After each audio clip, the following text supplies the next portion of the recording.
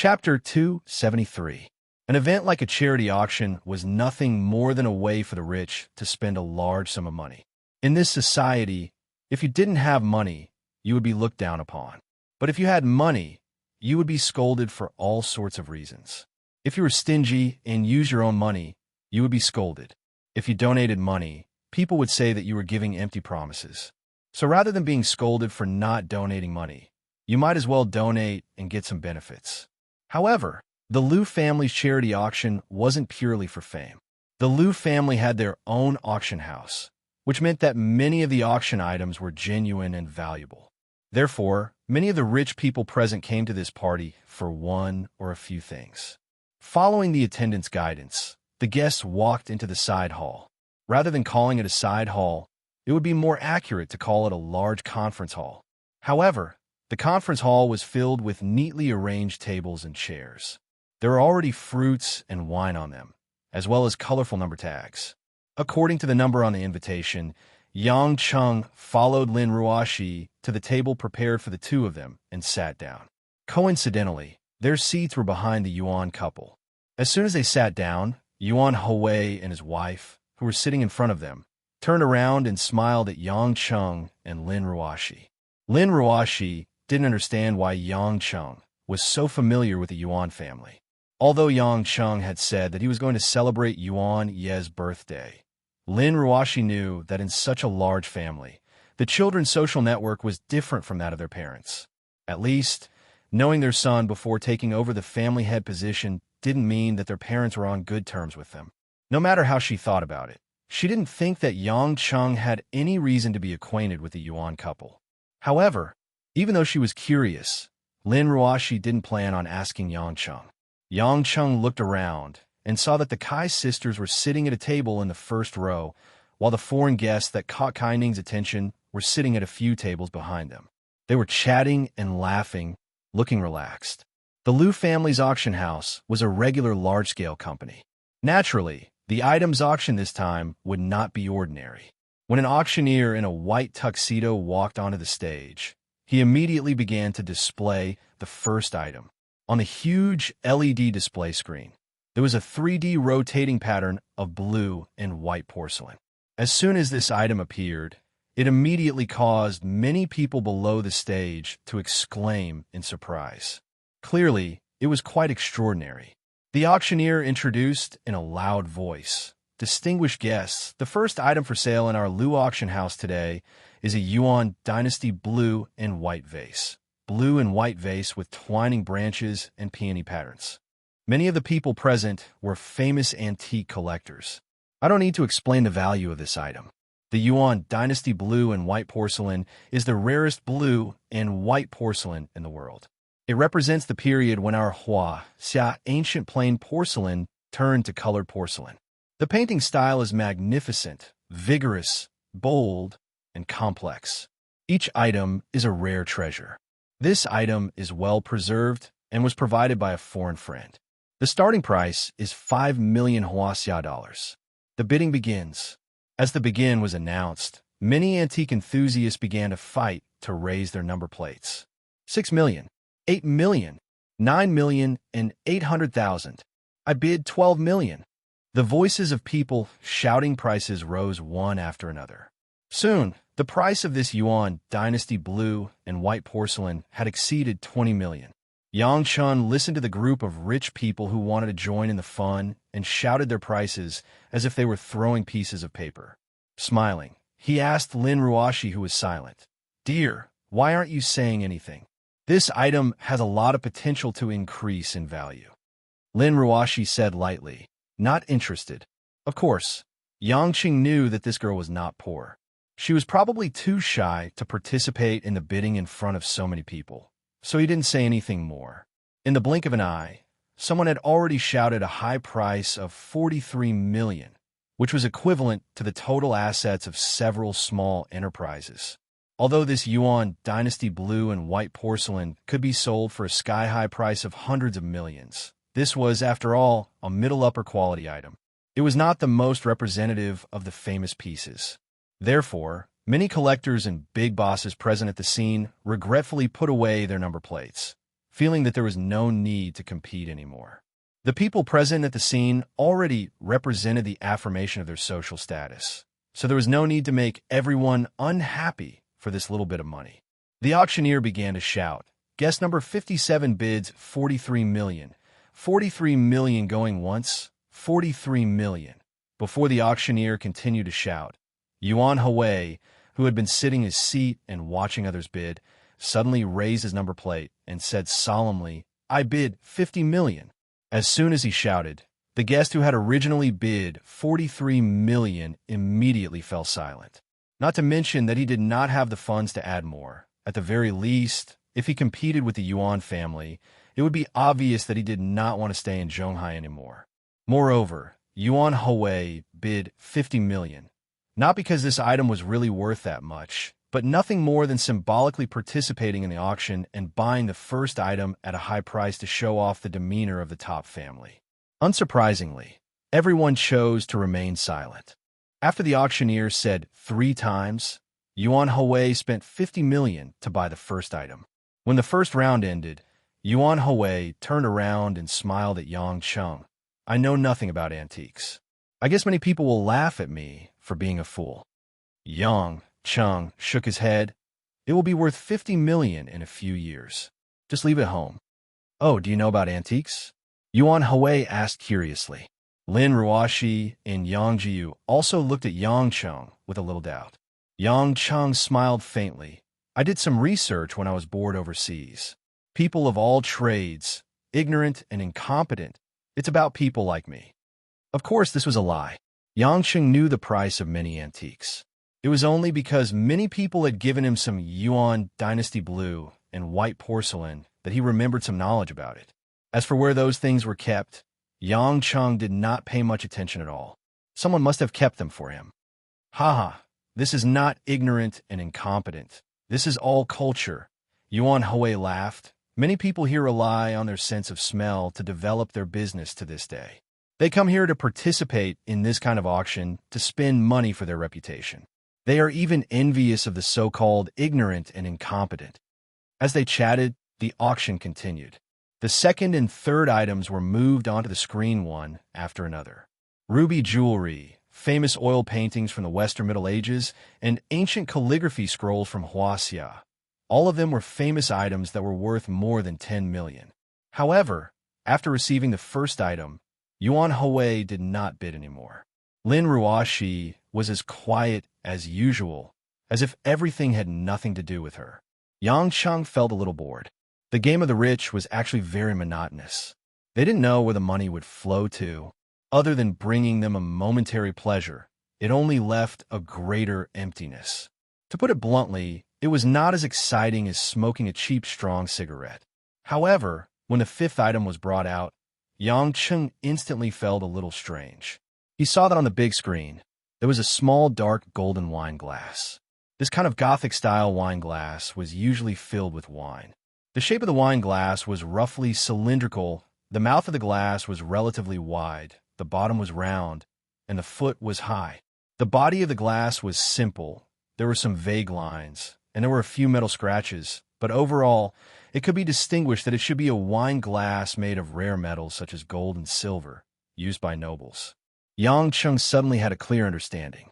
No wonder Kai Ning would come, and no wonder the aura of those few white people was so strange. It seemed like what Make-Don said on the internet was true, but he never would have thought that the legendary Holy Grail would actually appear at this charity auction. Almost at the same time, Yang Cheng felt a faint cold wave at the back of the venue. The surging energy wave was like an abyss, and Yang Cheng immediately determined the identity of those white people. TSK. How generous. So many people came. Yang Cheng said to himself. What did you say? Lin Ruoshi thought that Yang Cheng was talking to her, so she frowned and asked. Yang Cheng smiled. My good wife, this glass is not bad. Drinking a glass of wine at night will help you sleep and look good. You should buy it. If you want to buy it yourself. The starting price is 2 million. It's not expensive anyway, Lin Ruoshi said indifferently. Yang Cheng curled his lips. He didn't have money. At this time, the auctioneer introduced everyone, this collection was provided by a seller who asked for confidentiality a few days ago. It is estimated to be a wine glass from the first year of the Christian era. It has a long history, and its origin is full of mystery. This is the biggest characteristic of this collection. No one can give a specific name. Today, the starting price is $2 million, but the real value is hard to estimate. I hope everyone can seize the opportunity. Before the auctioneer finished, a blonde girl in a dark red evening gown with a hot figure sitting at the back of the auction shouted in choppy Huaxia language, 10 million. Chapter 274. Many of the people present gasped when they heard the sexy lady's bid. The starting price was $2 million, yet she directly bid 5 times the price. Was this foreigner crazy, or did her family print money? However, some people also expressed their understanding. Foreigners would definitely want to buy these antiques back to their hometowns. It was the same logic as how people from Huaxia would buy antiques from other countries back to Huaxia. Therefore, when they heard the foreign lady bid 5 times the price, no one dared to make sound. The people at the scene weren't fools. Although such an antique looked rare, if it was appraised accurately, its price wouldn't be too high. However, many people were surprised by the sudden appearance of the foreign guests. These people were all unfamiliar faces, and no one knew why they would suddenly appear in the Liu family's banquet. However, this situation put the auctioneer in a difficult position because there wasn't a number plate on the Western lady's table. This meant that the guests at this table weren't invited to participate in the auction. They were only here to watch. Therefore, when the lady finished her bid, the auctioneer didn't know what to say. Liu Kongbai, who was sitting at a corner of the hall and watching the auction quietly, also revealed a surprised expression. He asked an assistant beside him, "Didn't that lady say that she's from the British Chamber of Commerce? Why is she still participating in the auction?" The assistant answered nervously, "Yes, according to the information sent up, Miss Lilith is indeed one of the important members of the British Chamber of Commerce. She also seems to have the bloodline of the British royal family. As for why she suddenly participated in the auction, I'm also very surprised." You let the guests in without investigating clearly?" Liu Kongbai reprimanded unhappily. Then, he said, "Since it has started, quickly send a number plate up. We'll talk about other things after the auction ends." Yes, the assistant immediately ordered someone to send a number plate to the table of foreigners while sweating profusely. Seeing that someone had come to the rescue, the auctioneer heaved a sigh of relief and shouted, "Guest number 137 bids 10 million. 10 million going once." Just when everyone thought that no one would be able to compete with these foreigners, Kai Ning, who had been quiet all this while, suddenly raised her number plate. 12 million. Kai Ning's beautiful face was expressionless as she shouted sternly. Many guests had a strange look on their faces as they looked at Kai Ning, who had suddenly interfered. Why would the unrelated Kai family participate in such an auction? Did that cup have some special meaning? The Caucasian lady called Lilith smiled charmingly. The seductive charm of a Western woman made many men's eyes burn instantly. 15 million. As soon as she finished, Kai Ning immediately increased the price. 18 million. Under the gaze of everyone in the venue, this inconspicuous little cup was about to break through 20 million in the midst of the shouting of the two women. Many of the collectors began to wonder if they had made a mistake in their judgment. Or were these two women crazy? Yang Cheng frowned slightly. He could understand why the foreigners would pay a high price for the cup, but why would Kai Ning do that? Could it be that Yellow Flame Iron Brigade was interested in the Holy Grail? But even if he was interested, how could it be so easy to obtain? To those Europeans, the Holy Grail was related to the foundation of both parties. No matter who obtained it, it would have a huge impact on their strength. Why would they hand it over to the Easterners for safekeeping? If it wasn't handled properly, it would only become a hot potato. People who originally didn't want to fight with Yellow Flame Iron Brigade would target it, and they would fall into a situation where they were outnumbered. However, Yang Qing knew that it was useless to say such a thing. Although he didn't understand why Yellow Flame Iron Brigade would send Kai Ning into the venue to fight with a group of Caucasians, at the very least, Yellow Flame Iron Brigade had the intention to go against them. How worrisome, Yang Qing thought gloomily. At this time, the bidding had reached its climax. After Lilith called out the sky-high price of 25 million, Kai Ning still didn't back down and called out 27 million. Lilith finally couldn't stay calm anymore. Like the others at the same table, she stared coldly at Kai Ning, who was sitting in front of her. Kai Ning seemed to feel the stares from Lilith and the others. She turned around and glanced back at them without showing any weakness. Lilith suddenly smiled meaningfully and stood up. Following that, the group of foreigners also stood up. Under the surprised gazes of many people, the group of people filed out and left the venue directly, as if they had given up on the fight. The auctioneer wiped the cold sweat off his forehead. He was already stunned and immediately shouted, 27 million once, 27 million twice, 27 million thrice. Sold. Congratulations to the guest at table number 5. Just as the auctioneer finished shouting this, a loud, muffled sound traveled into the ears of everyone present. Boom, boom, boom. The violent tremors caused the guests in the venue to panic. It was obviously the sound of high explosives exploding, or even like a missile bombing. After the entire venue shook violently, most of the lights dimmed and went out, and the venue was plunged into darkness. Women's screams and men's curses mixed together, and many bodyguards nervously started to seal off the entrances. However, it was too dark inside, and the situation was chaotic. The bodyguards were completely at a loss. Damn it! What's going on? Lu Kangbai, who was sitting in the corner, stood up angrily when he felt the tremors. He didn't understand why there was such a sound, and he didn't know where the explosion happened either. The alarm suddenly sounded, and the crimson-red alarm light suddenly flickered in the venue. Obviously, it was an automatic backup power supply. The situation was far worse than what Lu Kangbai and the guest had imagined. The auction that was going well just a moment ago suddenly turned into a horrifying situation. Reporting to the chairman. Something big happened. An assistant who received a call shouted, I received a signal from the security team. Our auction house's storage room was blown up from the inside. Many items were destroyed by the explosion just now, and it's hard to estimate the exact loss. What? Lu Kangbai was exasperated. He suddenly realized that this was definitely a planned conspiracy, but he couldn't figure out why such a thing would happen. Quick, call the police. Call the police. All security personnel, search for the culprit. Quickly let the people from the auction house check what's lost. Lu Kangbai commanded loudly. While the hall was in a mess, Yang Chen's spirits were lifted. Although the lights in the venue had been switched off, it didn't affect Yang Cheng's vision. Yang Cheng could easily see that Kai Ning was the first to execute her qinggong. She leaped out of the venue when no one was paying attention. Yang Cheng wasn't sure if the explosion was caused by the group of foreigners, but there was no doubt that there was a connection. Thinking that Yellow Flame Iron Brigade might start a war with them tonight, Yang Cheng felt a headache. If they wanted to die, it had nothing to do with him. However, if they suffered heavy losses, it would mean that the defense of Huaxia would be a huge problem. He wouldn't be able to live in peace here, and many people around him would be in danger too. Moreover, many people in the Yellow Flame Iron Brigade were friends with him.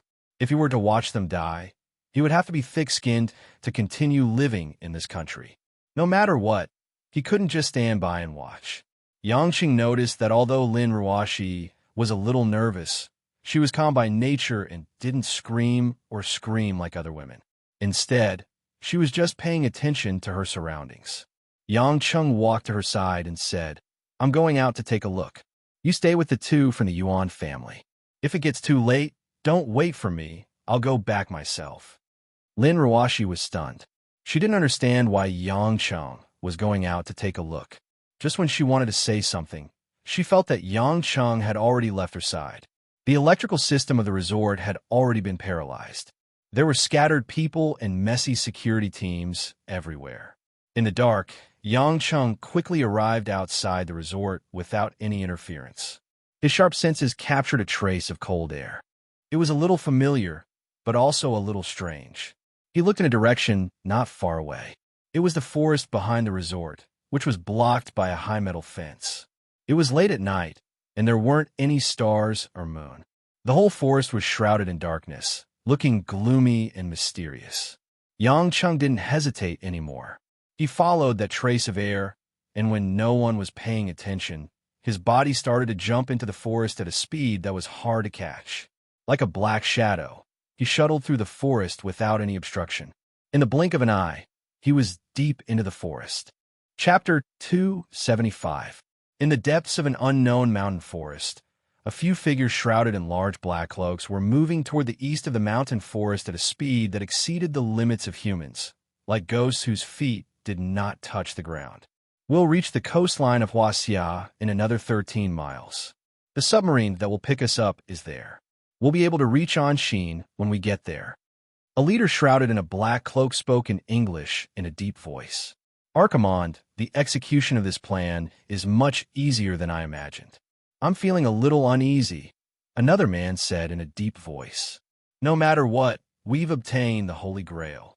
What we need to do now is to send it back to the Elder Council, the man called Archimonde said. Another leader laughed weirdly and said, Mobses, your old habit of being oversensitive is acting up again. Don't you think it's more exciting to have some people obstructing us? I heard that Lilith is coming this time. I really miss the chick whose sweet blood I can smell from a mile away.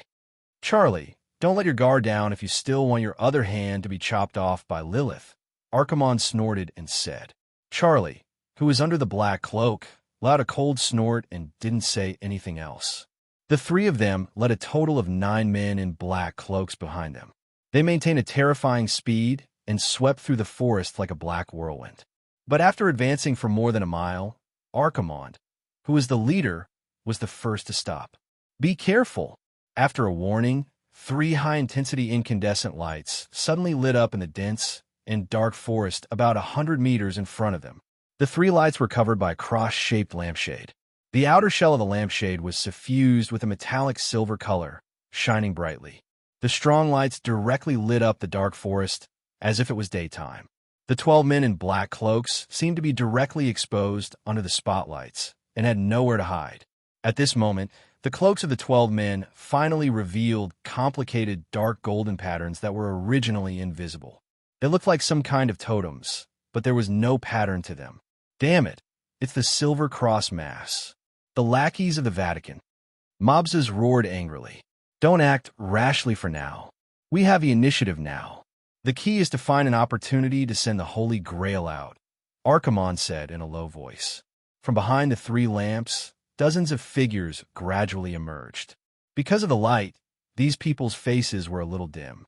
However, these 12 men shrouded in black cloaks were obviously not unable to see clearly because of the light. They immediately recognized a few familiar faces. Charlie laughed and said, Archimonde, is that old guy from the Vatican going all out this time? Am I seeing things? Why did the high-ranking and powerful Captain Gabriel of the Red Cross come all the way here to make life difficult for us? A burly man wearing the heavy armor of a medieval European royal knight walked to the front with heavy steps. His beard was unkempt, his face was square, and his curly chestnut hair fluttered in the night wind. There was no emotion in his gray eyes, and an ancient aura exuded from his every move as if it had been aged. The man reached out his hand and took a huge one-handed sword from his back. The one-handed sword seemed to be an antique as well, and there was a red gem branded on the sword hilt. A white cloth fell off the sword, revealing the huge sword body that was full of rust. The whole sword gave off a decayed yet unyielding aura. Gabriel calmly looked at the 12 black figures confronting him and said in slightly vague Italian, Archimonde, hand over our Holy Grail. Gabriel, you're still so arrogant and conceited. Do you think we'll hand over the thing in our hands so easily? Archimonde sneered under the cloak. You filthy monsters. Do you think that you'll be protected by the Lord after snatching the Holy Grail? A slightly young voice was heard, and a tall, fair-faced man from the west stepped forward. He wore a chainmail and held a thin, one-handed sword in his hand. Little guy, it doesn't seem like it's your turn to speak here, Archimonde said in disdain. The young man sneered, Big Bat, open your eyes and look carefully. I'm Arthur Evans, the youngest genius Templar of the Vatican. After tonight, you'll tremble at the sound of my name. Ha ha, Gabriel, it seems like the quality of your Vatican's fresh blood is getting worse. Archimonde laughed. Gabriel remained silent, but Arthur seemed to be greatly humiliated. Just as he was about to step forward and make a move, he was blocked by a middle-aged man who walked forward. The man had a thin face, a slightly tall figure, and jet-black hair. He shook his head at Arthur and said, "Don't be instigated by Archimonde. He's trying to provoke you." "I know, but I'm not afraid of him at all." Arthur snorted, but didn't move forward. Archimonde replied with an "Oh, Sir Thomas, long time no see. Is this young fellow your disciple? When did the Templars lower their standards?" Thomas said indifferently, "Archimonde Marquis, hand over the Holy Grail. You have no chance of winning tonight. Army leader Gabriel, me, Arthur, and the 20 holy knights of the Pope's Guard behind us. With just you 3 elders and 9 servants, you're no match for us." Archimonde sneered, "Of course I recognize you guys. We've been fighting for more than 10 centuries. However, I'd like to know, where are the other friends behind you from? They don't seem to be from the Vatican." Mobses said unhappily, "Archimonde, is there need to guess? Only the Yellow Flame Iron Brigade can make the Vatican declare war on us with such great fanfare." "We're not your friends," a young man said in English as he walked forward. "I'm the leader of the 2nd team of the Yellow Flame Iron Brigade, Yongyi. According to the orders from the higher-ups, we're cooperating with the Vatican to snipe you heretic invaders and take back the Holy Grail." Yongyi's expression was one of satisfaction. Behind him, the members of 2nd Dragon Group also followed. At the same time, Kaining also walked forward from the back. Behind her was a row of fully armed Water Dragon Special Forces. "Meddlesome Yellow Flame Iron Brigade, don't you know that interfering with the matters of the Vatican and the Dark Parliament is beyond your authority?" Charlie said coldly. Yongyi said in disdain, "We, the Yellow Flame Iron Brigade, only acknowledge the existence of the Vatican. You heretics should have been sent to the gallows long ago. Filthy monsters that suck human blood. If you weren't in Europe, we would have killed you all long ago." Kaining frowned and said to Yongyi, "Don't say anything more. We're just here to help." Yongyi smiled gently at Kaining and immediately shut up. At this moment, Gabriel seemed to have lost his patience. His one-handed sword that was more than 2 feet long and 3 centimeters thick suddenly stabbed into the ground. "Archimonde, do you want to fight or run? Choose quickly. If you hesitate any longer, I'll make the first move." "Gabriel, don't you think that outsiders shouldn't interfere in our matters? You actually formed an alliance with the Yellow Flame Iron Brigade. You've really fallen," Archimonde said regretfully. "These matters have nothing to do with me. I'm the commander of the Red Cross Army. We, the Red Cross Army, only obey the Pope's oracle. I'm only responsible for fighting. Since you think so, then there's nothing more to say. Old friend, we haven't fought for many years. I hope your body hasn't rusted like your sword." After Archimonde finished speaking, his figure that was shrouded in a cloak suddenly flew out. A tall and skinny man, wearing an ancient tailored suit with a face as white as a sheet of paper, pierced through the silence of the night like a black lightning bolt. The fingertips of Archimonde's right hand were dyed with 5 dark rainbows in an instant. His fingernails quickly extended by 1 centimeter. The trajectory of his fingers in the dark night cut through the air, making a sharp, piercing sound. "Oomph," Gabriel grunted. He pulled out the sword in his hand from the soil and slapped it heavily with the back of the sword, as if it was a flatboard. It looked like a simple slap, but it blocked all angles. In a situation where speed didn't allow it, Archimonde could only resist it. Clang! Archimonde stretched out his scarlet bloody claw without fear. Red flames flashed in his eyes as he clashed with a rusty sword. "Holy Cross light!" Archimonde roared. A milky white halo appeared on the back of the sword. A small cross star mark suddenly enlarged and turned into a huge cross light that shrouded Archimonde. Sacrifice! A drop of blood seeped out of Archimonde's fingertip and formed a pale green flame in midair. It collided with the cross light halo and produced a corrosive sound. Then it disappeared. After a round of battle with Gabriel, Archimonde retreated more than 10 meters. He said to Mobses and the rest behind him in an undetectable voice, "Quickly leave in a roundabout way before they completely surround us." Mobses and Charlie also knew that they couldn't break through the encirclement by force. They didn't care if Archimond was in danger or not. Their footsteps flew as they tried to escape to the seaside from the forest on the other side. Don't even think about escaping. Do you think we're just decorations? Church Templar Arthur held his sword with one hand and slid to the front of Mobses and the rest with 2 steps. A pure and holy light appeared on the blade of his sword. With thousands of complicated sword shadows, it enveloped Mobses, who was at the front. "Little guy, don't look down on me." Mobses was a little annoyed. Obviously, the young Arthur made him very uncomfortable. He raised one of his hands that was hidden under his cloak. A long sword that was condensed by the unique blood spell of the blood race appeared in his hand. The long sword that was glowing with a bloody light pierced through the sword shadows and crushed all of Arthur's attacks. The bloody sword strangely turned violent in the air. The strong airflow made Arthur take a few steps back uncontrollably. "You want to stop me, Mobses? You've underestimated the great elder of the blood race." But just when Mobses thought he had broken through the blockade and was about to lead the people behind him to leave, dozens of cold stars suddenly appeared in front of them. Quickly dodge. The valiant speed of the blood race saved them, but there was still a blood slave who didn't dodge in time and was hit by a few of the stars that were flying toward him. Ouch! With a tragic scream, that blood race started to burn under his cloak. He rolled on the ground in excruciating pain. "It's a silver needle. Is it Huasia's hidden weapon?" Charlie speculated angrily as he looked at the irrecoverable servant. Kai Ning, who had changed into a tight-fitting battle suit, stood out from the darkness in front of them. There wasn't the slightest bit of joy or worry on her cold face. In one of her hands, she was still holding a delicate needle-hidden weapon. 27 torrential pear blossom needles. Although it's not purely mechanical, it might be enough to deal with you guys. The woman who had returned to her flower rain form from the group of 8 answered Charlie's question. Chapter 276. Flower Rain's sudden attack destroyed the idea of Mobses and Charlie leading the rest of the servants away. The Water Dragon's special task force locked onto them again, and the members of second dragon group surrounded them. Yongyi looked at Flower Rain with pity. "Ning Air, just stand behind me. I'll protect you." Flower Rain looked at Yongyi impatiently. "Do you think I need your protection? Hee. Although your hidden weapons are powerful, you're still a girl. These guys aren't humans. I'm worried that something might happen to you," Yongyi explained. Flower Rain was helpless against him, so she ignored him.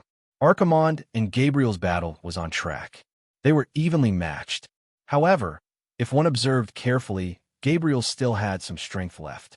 Archimond, on the other hand, was struggling and wouldn't be able to hold on for long. Mobses and Charlie led the remaining 8 servants of the blood breed and gathered together. The situation was getting more and more dangerous. They could imagine that since Flower Rain had targeted them with silver weapons, the guns of the Water Dragon Special Task Force would probably be filled with silver bullets as well. It was undoubtedly a weapon that would cause great damage to the blood breed. If it was on a normal day, the blood breed's natural terrifying speed could effectively avoid these attacks.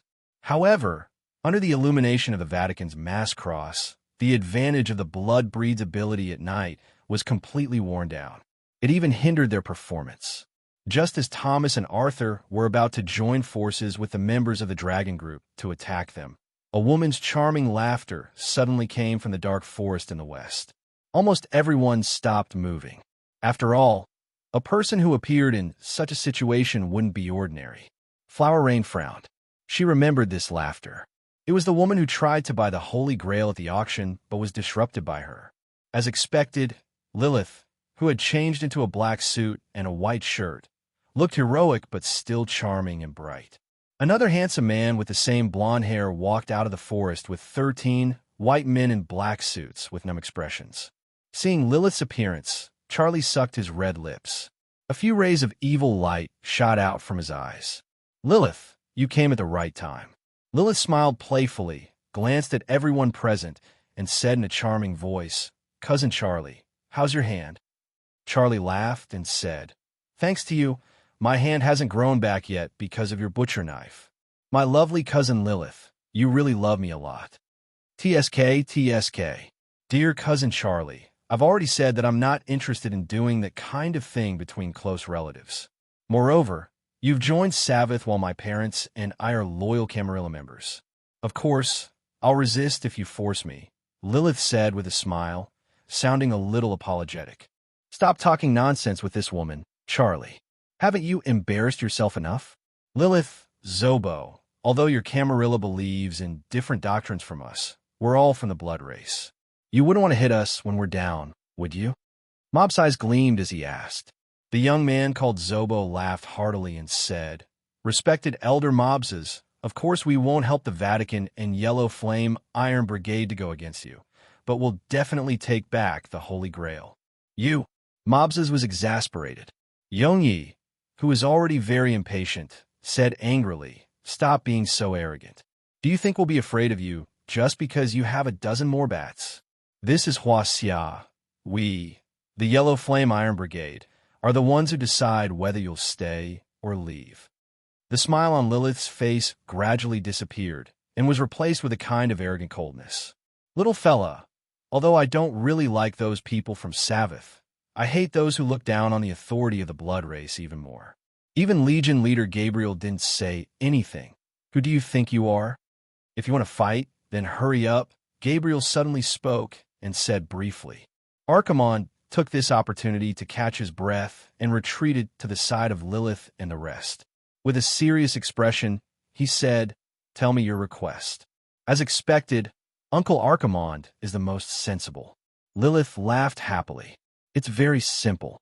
Make a blood oath. After we help you escape, hand over the Holy Grail to us, Camarilla. This is extortion. This is extortion. Lilith, are you worthy of the noble bloodline of your ancestor, the Witch of the Night, with your despicable behavior? That's my business. Moreover, we, the Witch of the Night, like to be sinister and vicious the most. Elder Mobses, Lilith said coldly. Archimon's expression was also extremely gloomy. However, after staring at Lilith's fair and flawless face for a long time, he nodded and said, I agree. It's better for the Holy Grail to fall into your hands than the Vatican's. Archimon, you're making a decision on your own. Mobses shouted. Do you want all of us to die and let the Holy Grail fall into the hands of those flies? Archimon questioned. Charlie stopped Mobses and said, Archimon is right.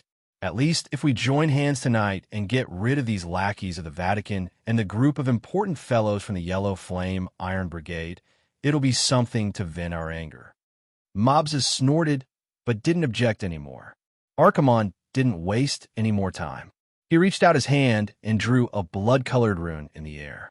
He sighed and said, The blood oath is completed. Lilith, do it. Stop dreaming. Since you guys want to die together, come at me. Yongyi sneered and waved his hand. Water Dragon Team 1.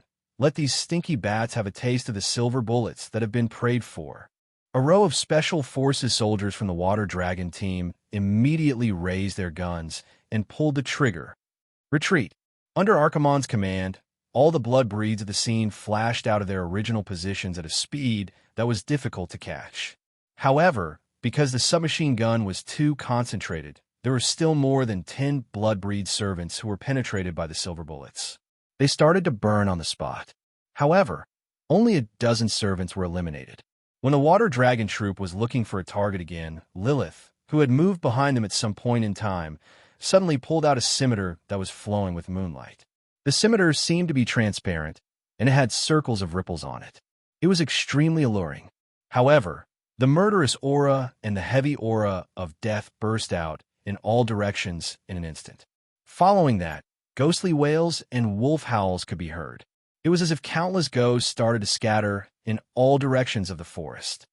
Dodge quickly, Paladin Thomas shouted, but he didn't make it in time. Although the Water Dragon team was the elite of the elites, they weren't experts like the Dragon team or the Group of 8. Most of them relied on their own equipment. Under such circumstances, they couldn't dodge in time. A glistening curved blade slashed across and cut out a stream of air. Before the dozen or so Water Dragon Special Forces soldiers could understand what was going on, their heads were completely separated from their necks. Blood splattered everywhere. The red threads seemed to be attracted by some huge force and were all drawn into the curved blade in Lilith's hand. The blade absorbed the blood and emitted a bewitching red glow, looking even more ferocious and terrifying. The 20 paladins immediately pulled out their knight swords and stood in front of them. A strong holy aura swept through the area for a while before dispersing the sinister ghosts. The blade in Lilith's hand is one of the 13 magic weapons of the blood breeds, the Butcher's Blade. The moment it was born, it absorbed 5 million ghosts. It is a terrifying weapon used to execute blood breeds prisoners. It can seal the self-recovery ability of the blood breeds. Against other races, it can also absorb blood and souls to strengthen itself in battle. Thomas explained with a serious expression, "Everyone, don't let your guard down. If you're not careful, you'll be doomed." Yongyi and the others finally realized how serious the mission was. They were so shocked that they stopped moving forward. As for Lilith, she held the Butcher's Blade and stood in front of a pair of paladins. She was like a flower, and her blade was like a demon. She smiled sweetly. "If she's so scary, then don't let her touch you." Flower Rain seemed to have made up her mind. She said to the others, "Leave Lilith to me. I'm fast and can attack from a distance. I'll deal with her. I'll leave the others to you." Yongyi said loudly, "How can you do that?" "Ning-er, you can't. Then you'll deal with her?" Flower Rain asked. Yongyi suddenly felt suffocated. The image of Lilith's mysterious curved blade appeared in his mind. He immediately flinched and said stiffly, "All right then. Be careful." Flower Rain ignored him and took a step forward. Her hands were already full of silver needles as she stared sharply at Lilith in front of her.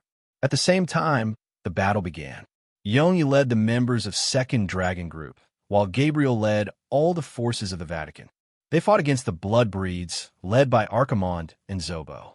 Blood-colored light and milky white holy light flashed continuously in the forest. The low-level Blood Clan servants and holy knights were quickly whittled down in the fierce battle. "Hee, I wanted to fight you in the auction house just now. Do you know that I hate beautiful women? I hate beautiful women even more than that." Lilith looked at Flower Rain, who was walking towards her, and said with a charming smile, "That's unfortunate. I'm the type you hate the most," Flower Rain said coldly. Lilith's expression instantly turned gloomy. "Since you know, then you should know that you have to die." As soon as she finished speaking, Lilith's figure began to blur from where she stood. The moment she appeared again, she was already a foot away from Blossom Rain. The Butcher's knife drew across the moonlight-like ripples and was about to cut Blossom Rain's face. Flower Rain's body suddenly slid down at an unbelievable angle. After she dodged in a nearly flat position, her body rose into the air along a towering tree nearby. Then, cold silver needles fell from her hands. Too slow. Lilith waved the butcher knife in her hand casually, and all the silver needles were blocked by the light of the knife. Without waiting for Flower Rain to fall, Lilith leaped up and slashed at Flower Rain's chest with the light of the knife again. The corner of Flower Rain's mouth curled into a smile. Suddenly, as she was falling, a withered leaf happened to be under her feet. Flower Rain's toes tapped on the leaf lightly. It was as if she had borrowed a great force. Her body suddenly exerted strength and shot towards the ground at a rapid speed. Lilith's face was filled with fear. She didn't expect Flower Rain to accelerate her fall by stepping on the leaf in the air. "You're the one who's too slow." The moment Flower Rain finished speaking, her other hand had already shot out 27 torrential pear blossom needles towards Lilith's lower body. Lilith was in the air with a knife above her. She wanted to block it, but it was too late. She widened her eyes in horror. Seeing that the short but thrilling battle was about to end, a chill suddenly gushed out from the bottom of Flower Rain's heart. Oh no! The moment Flower Rain reacted, she immediately turned around. She saw Lilith, who had an evil smile on her face, and her beautiful face had turned ferocious. She didn't know when, but she had already appeared behind her and waved the butcher knife in her hand, which was emitting a bloody light. In midair, the torrential pear blossom needles pierced through Lilith and turned into a bloody mist. Blood Clone? The name of the legendary blood race's blood spell appeared in Flower Rain's mind like lightning. However, it was too late. Chapter 277. As the butcher's knife approached, Flower Rain felt a sense of helplessness in her heart. The howling of thousands of ghosts cut through her ears, but she wasn't afraid. Her biggest feeling was regret. Am I going to die just like that? Is my life going to end just like that? Countless images appeared in her mind. Since she was born in a prestigious family like the Kai family, her life seemed to be destined to be extraordinary. She went to school when she was young. Before she graduated from primary school, when she was 11, she was sent to the Yellow Flame Iron Brigade for training. Then, she was taught by the masters and uncles of the Tang sect. In his impression, other than practicing hard day and night, he was alone in a simple and unadorned wooden house, listening to the sound of heavy rain pouring down on the great land of Sichuan. That night, where there was no sound, and only the sound of the rain accompanied the night, felt like it was yesterday. Gradually, he didn't understand why he was still alive. He clearly had a home, parents, and relatives, but he couldn't go back, couldn't see them, and couldn't think about them. He was always praised by the organization and the sect, but he never felt the slightest bit of joy. For more than 20 years, she felt like she was living in a lost jungle. She could survive, but she couldn't get out no matter how hard she tried. When she finished her apprenticeship, she asked her master, "Master, why do people want to live?" She remembered that her master thought for a long time before telling her, "Because everyone else wants to live." Yes, it was that answer that made her feel that life should be like this. Who knew why she was living? Wasn't she living for others? Complicated thoughts flashed through her mind like an electric current. Flower Rain closed her eyes, and an indescribable smile appeared on her elegant and cold face. However, the pain she was prepared to endure didn't come as expected. Flower Rain instantly felt that her delicate and sensitive waist was surrounded by a fiery arm. Her body seemed to be carried by someone effortlessly, as if she was a bag. She seemed to feel the instantaneous movement, but before her brain could react, it was over. What happened? Hey, even if you think you can't escape, you should at least try. Why are you waiting for a knife? You're not ugly. Why are you waiting for plastic surgery? Do you want to go to the hospital for plastic surgery? In the wilderness, you don't even need a big knife to cut your butt. This somewhat annoying yet familiar voice brought Flower Rain back to reality. When he opened his eyes, the light in front of him was a little messy. Amidst the light and darkness, the figure of a man stood proudly. He had a cigarette in his mouth, and his nostrils seemed to be puffing out white smoke. He looked like a ruffian, which formed a sharp contrast with the heavy atmosphere at the moment. It was him. Fiercely breaking free from the arm that was wrapped around her, Flower Rain turned around and was astonished to see Yang Chun rolling his eyes at her with a helpless and depressed expression. Why are you here?" Flower Rain's face was a little red. This was the first time in her life that she had been hugged by a man and had such close contact with him. At this moment, Yang Cheng's appearance not only surprised Flower Rain, but also the surrounding people felt their hearts skip a beat. Just now, they thought that Flower Rain was going to be cut in half by Lilith's butcher knife. Unexpectedly, a shadow suddenly swept across the scene, and Flower Rain's body was moved away from her original position. When the scene froze again, this man was already standing there, hugging Flower Rain. The members of Yongyi and Second Dragon Group recognized Yang Chung. They were both happy and hateful. They were happy that Yang Chung saved Flower Rain, but they were hateful that he actually dared to hug Flower Rain. The people from the Church and the Covenant of Darkness, on the other hand, looked horrified. To be able to save someone from Lilith's butcher knife like that, it wasn't just a matter of courage. In terms of speed, he was definitely much stronger than Lilith. Although Lilith's age couldn't be compared to the previous generations of blood breeds, she could be ranked in the top 10 among the blood breeds because of her noble bloodline and the holy weapon. Yang Cheng wasn't in a hurry to answer Flower Rain's question. He suddenly felt that the cigarette in his mouth had been extinguished. It turned out that he was moving too fast just now. The sudden cold air caused the cigarette to freeze and extinguish. Yang Cheng spat out the half-smoked cigarette helplessly. "Do you think I'm willing to be here?" Yang Cheng said unhappily, "You people of the Yellow Flame Iron Brigade are really busy. The Vatican and the Dark Parliament are fighting over the Holy Grail. That's their internal affairs. They've been fighting for more than 10 centuries. Why are you interfering? Do you think they will harm the civilians of Huaxia? The blood breed has a seclusion rule. The armed forces of the Vatican are also hidden underground forces. What benefits do you guys get by doing this other than asking for trouble? Flower Rain was at a loss. This is an order from the higher-ups. Moreover, isn't the Dark Parliament the evil party? It seems like you guys don't understand the blood breed at all. I'll tell you after this is over. Yang Chung sighed and said, originally, I wanted to watch you guys fight at the side, but you're going to die soon. I thought about it and decided to come and save you. Flower Rain was stunned. He appeared because of me? She felt a little strange, but she couldn't help but ask curiously, why? Because of me? Think about it. You and Choi Yun are sisters. Choi Yun and my wife are also good sisters. My wife calls you sister. You helped me out during the bank robbery. We've crossed paths a few times in the past. I don't know many people in the country, so I can't say that I'm close to you. If you die, although it has nothing to do with me, when I think about how some people will feel sad for you, I'll have to play a part in watching you die. As Yang Chun spoke, he took out another cigarette from his pocket and lit it for himself. In the dark night, the white smoke was particularly eye-catching. After leisurely inhaling, he continued, your luck isn't bad. If it was a few years ago, I definitely wouldn't have helped you. But now that I'm married, I'm living like a human. No matter what, I have to do something a human should do. Flower Rain, who was discouraged by this ridiculous reason, didn't ask anymore.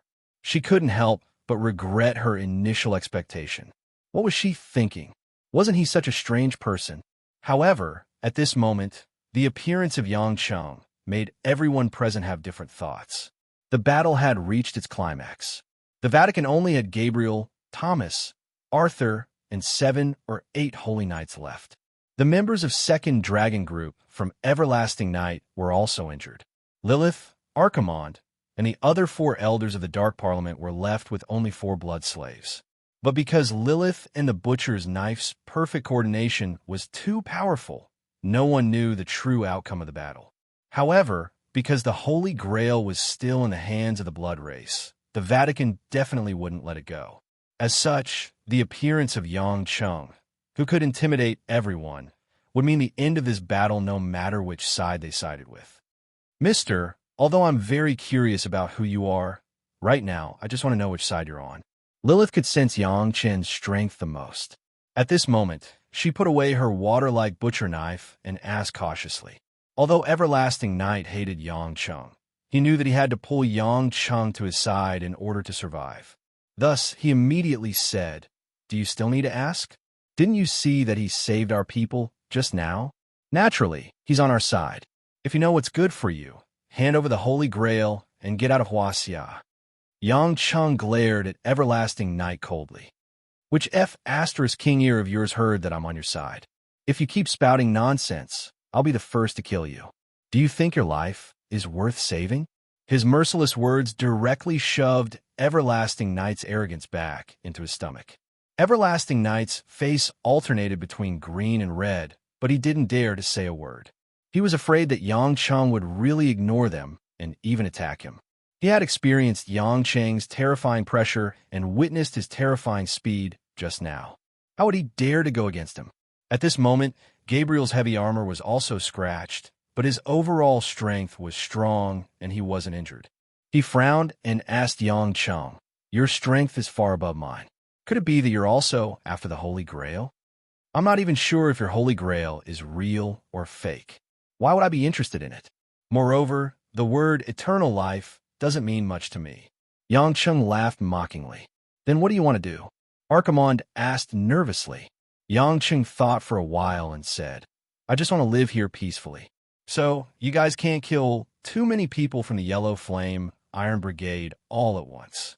Of course, if they insist on killing you, I can help you block them. I personally don't have any feelings for the Vatican and the Dark Parliament.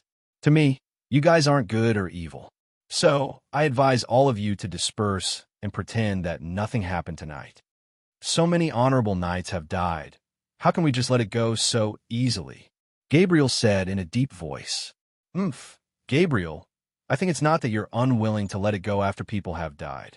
It's because the Holy Grail is in our hands that you guys can't eat and sleep in peace, Mobses said ferociously. Lilith smiled and said, I wonder what your name is. It seems that even if we're willing to leave Huaxia, the other party won't be willing. Do you have any wise ideas? Yang Chung smacked his lips and said, since you guys want to fight to the death for the Holy Grail, how about this? Give me the Holy Grail and I'll destroy it on the spot. That way, there won't be anything left to fight for. No. Gabriel, Archimond, and the rest shouted at the same time. Yang Cheng's face turned ugly. You guys can't do this, and you guys aren't willing to do that. Do you guys think I'm here to ask for your opinions? Don't provoke me. I'll do it myself, and it won't benefit any of you. Your Excellency, don't go too far. Although your strength is outstanding, I don't think we'll be trampled on by others, Archimond said solemnly. Yang Chung didn't have the patience to continue. If he delayed any longer, Lin Ruashi would probably go home first, and he would have to walk to get a cab home. Wouldn't it be too troublesome to do that in the middle of the night? Since you guys aren't willing to compromise, I'll search your bodies one by one to see who has the item. If you guys aren't willing to give it to me, I'll take it myself. As soon as Yang Chung finished his sentence, his figure disappeared from his spot. When he reappeared, he was already by Charlie's side. Charlie was horrified. Before he could retreat, he felt Yang Cheng's hand grabbing onto his arm. A bone-chilling murderous aura and an overbearing sense of oppression made Charlie's soul, which had experienced a long time, palpitate. He actually forgot to resist. Yang Chung quickly searched his body and confirmed that the item wasn't on him. Then, he threw Charlie away and pounced on his next target, Mobs's. Everyone present watched in disbelief as Yang Chung toyed with the elder Charlie like a toy. At this moment, they realized that what Yang Chung said about taking it himself was true. But just when everyone was feeling helpless and glad that Yang Chung didn't kill him, Yang Cheng's figure suddenly froze on the spot. How could this be? Yang Cheng's face suddenly sank, as if he had seen an unbelievable scene. He stared at Mobs's, who was only 3 feet away from him. At the same time, under everyone's puzzled gaze, Mobs's actually disappeared into thin air. Mobs's, Archimond, and the rest shouted. Obviously, they didn't understand the situation, but their hearts were burning with anxiety. Before everyone's shouts ended, a small dark golden wine glass actually floated in midair at the place where Mobs's originally disappeared. In this incomparably strange scene, Mobs's never appeared again. The wine glass, on the other hand, fell alone, rolled on the grass, and coincidentally landed on Yang Cheng's heel. Chapter 278. Such a scene had already exceeded the thinking abilities of most of the people present. They simply could not imagine what had happened. There were no energy waves, no fancy concealment, and a life just disappeared into thin air. Moreover, it was an elder of the blood race. This was simply an unsolvable problem. Before everyone could come back to their senses, Yang Chung bent down and picked up the dark golden wine cup on the ground. The rim of the wine cup was engraved with ancient patterns from the Western era. Other than looking a little old, there was nothing special about it. However, Yang Chung did not feel too excited about holding the so-called Holy Grail in his hands. It was as if in the eyes of these two groups of people, the thing that could grant people eternal life was simply a piece of scrap metal. It's you? You killed Mobs's? Archimond asked tentatively. Yang Chung turned around and sneered. I can tell you clearly that I did not kill him. But how he died, I don't need to explain it to you. Now, the Holy Grail that you have been dreaming of is in my hands. What do you plan to do, Your Excellency? Lilith looked at the Holy Grail in Yang Cheng's hands. There was some desire in her eyes, but she rationally suppressed herself and did not dare to take even half a step forward. Yang Cheng played with the cup in his hands and murmured, "This thing might have really been the Holy Grail in the past, but unfortunately is now just an antique. There is no point in telling you the reason. Since it is already useless, it will become a reason for you to continue fighting. Then, let it disappear." As soon as he finished speaking, without waiting for the people around to react, Yang Cheng squeezed the Holy Grail with his right hand. The metallic Holy Grail was twisted and folded into a lump of metal by Yang Chen's strength, as if it was made of cardboard. Everyone widened their eyes in disbelief as they watched Yang Chen casually destroy the Holy Grail. You actually dared to destroy the Holy Grail? Holy night, Thomas roared angrily. This is an insult to the Lord, a provocation to the Vatican. Gabriel and the others, as well as Lilith and the other vampires, felt like they were in a dream. Two groups of people had risked their lives for this item, and now it was gone just like that. Yang Cheng directly threw the lump of metal on the ground. Don't you think it's strange? If it's really the Holy Grail, why did I destroy it so easily? The reason why the Holy Grail is special is because it contains the divine power of Jesus Christ. It has nothing to do with the special material. What's so strange about that? Thomas was still unable to control his emotions. Yang Cheng sneered and said, if that's the case, then there's nothing I can do. In short, as you can see, the Holy Grail is gone. Whether you want to fight me or go back to where you came from and leave Huaxia, it's up to you. However, I can tell you very clearly that if you choose to make a move, then all of you will die. It's not that I'm arrogant, it's just reality. Of course, I think you can fight me to the death for your so-called faith. Isn't that what you people from the Vatican like to do the most? As soon as Yang Cheng finished his words, everyone at the scene became silent. In fact, the mysterious disappearance of mobses had already made everyone give up on the idea of fighting. People were usually very afraid of the unknown. They were a little worried that they would also disappear suddenly. Thomas and Gabriel looked at each other and saw the helplessness in each other's eyes. On the other hand, the Covenant of Darkness did not feel too depressed about losing the Holy Grail. After all, the Holy Grail belonged to the Vatican. Their biggest goal was to prevent the Vatican from obtaining it. If they brought it back to Europe, the biggest use would be to become a symbol of victory. Perhaps they could research some things. After all, the believers of Satan would not obtain eternal life from God. If they were to say that they had failed this time, it would be the inexplicable loss of an elder-level vampire like mobses. As for the servants of the blood race, they were basically used as sacrifices. Therefore, they did not know what to do next. Facing such a situation, Archimonde, Zobo, and the rest of the remaining vampires all looked at the strongest person on their side, Lilith. Lilith seemed very calm.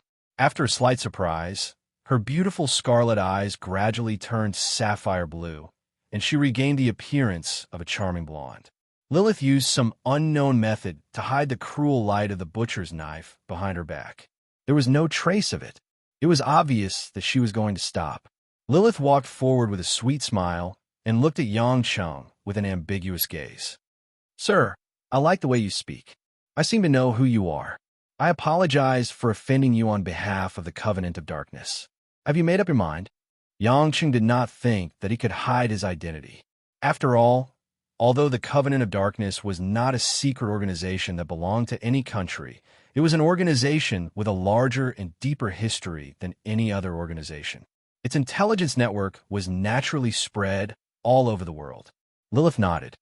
Of course, I fully believe that you have the ability to let us leave the land of Huaxia safely. Since the Holy Grail no longer exists, it's time for us to set sail for Europe. I wish you a pleasant journey back, Yang Cheng said with a smile. Lilith pursed her lips and smiled. Suddenly, she leaned forward and whispered something in Yang Cheng's ear that only Yang Cheng could hear. Yang Cheng was not afraid that Lilith would suddenly attack when she got close. After all, although Lilith was powerful, she was only at their level. In his eyes, her butcher's knife was just like the Holy Grail that could be crushed with a pinch. Besides, Lilith did not have any killing intent at all. After Lilith finished speaking, she moved her head away from Yang Cheng's ear. Then, she looked at Yang Cheng with eyes full of expectation and nervousness. She did not look like the she-devil from before at all. She looked more like an ordinary gorgeous Western girl.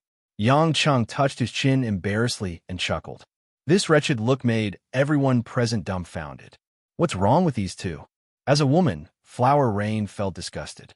This man was actually so close to a female vampire and even looked like he was flirting with her. Really, really shameless. However, no matter how she felt, it felt like she was jealous. This made Flower Rain's thoughts uncontrollably messed up. Do you really want to do that? Yang Cheng asked softly to confirm. Lilith's fair face was flushed and her eyes were sparkling. Can I? Then I'll sacrifice myself, Yang Cheng said righteously. Lilith's face lit up. She suddenly pounced forward and hooked her slender arms around Yang Cheng's neck. Two rosy, delicate, and flowery lips pressed onto Yang Cheng's mouth. Following that, an ice-cold and smooth tongue extended out and kissed Yang Cheng. This scene directly stunned everyone present. They couldn't understand at all. How did the two of them suddenly become entangled in wet kisses? Flower Rain directly turned her head away as she couldn't bear to take another look. She silently muttered bad things about Yang Cheng, but she wasn't related to him, so why should she care about his trivial matters? All right, I must tell Lin Ruoshi when I get back that Yang Cheng went behind her back to kiss and hug another woman. Yang Cheng only separated from Lilith after enjoying the sweet taste of a lady from the Blood Clan for a while. He smiled and said, "All right, I'm done here. You can leave with your people." Lilith looked at Yang Cheng reluctantly. After a charming smile, she turned around and made a gesture to Archimond and the other members of the Blood Clan. Under the watchful eyes of the Vatican and the Yellow Flame Iron Brigade, the group of Blood Clan disappeared from the forest in the blink of an eye. Yang Cheng looked at Gabriel in the rest. "Are you guys planning to start a war with me by staying behind?" Gabriel said with a gloomy expression, "Although I really want to try to fight, now is not the time.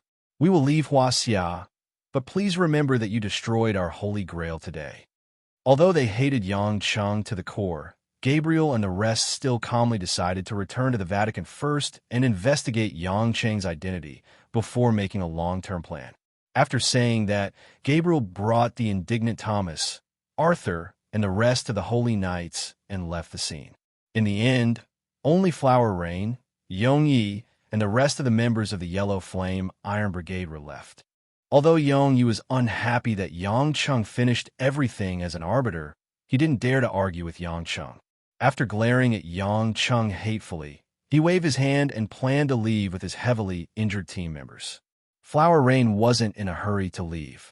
Instead, she stood on the spot and looked at Yang Cheng, as if waiting for something. "Ning-Er, why aren't you leaving?" Yongyi asked anxiously when he saw that Flower Rain wasn't leaving. Flower Rain didn't look at him. She only said, "I'll contact someone to deal with the aftermath later. You can leave with your people first." "No, I can't let you stay with such a dangerous person," Yongyi said loudly. "I'll stay with you." Flower Rain glanced at him impatiently. "You know he's dangerous, but you still want to stay with him. Can't you tell that he doesn't like you?" Yongyi looked at Yang Cheng carefully. Seeing that Yang Cheng didn't have any reaction, he became even more uneasy. Although he wasn't convinced, he felt that his life was more important. He could only look at Flower Rain a few times and left the scene with his team members. Flower Rain sighed softly. "What a coward!" Yang Cheng watched the scene quietly.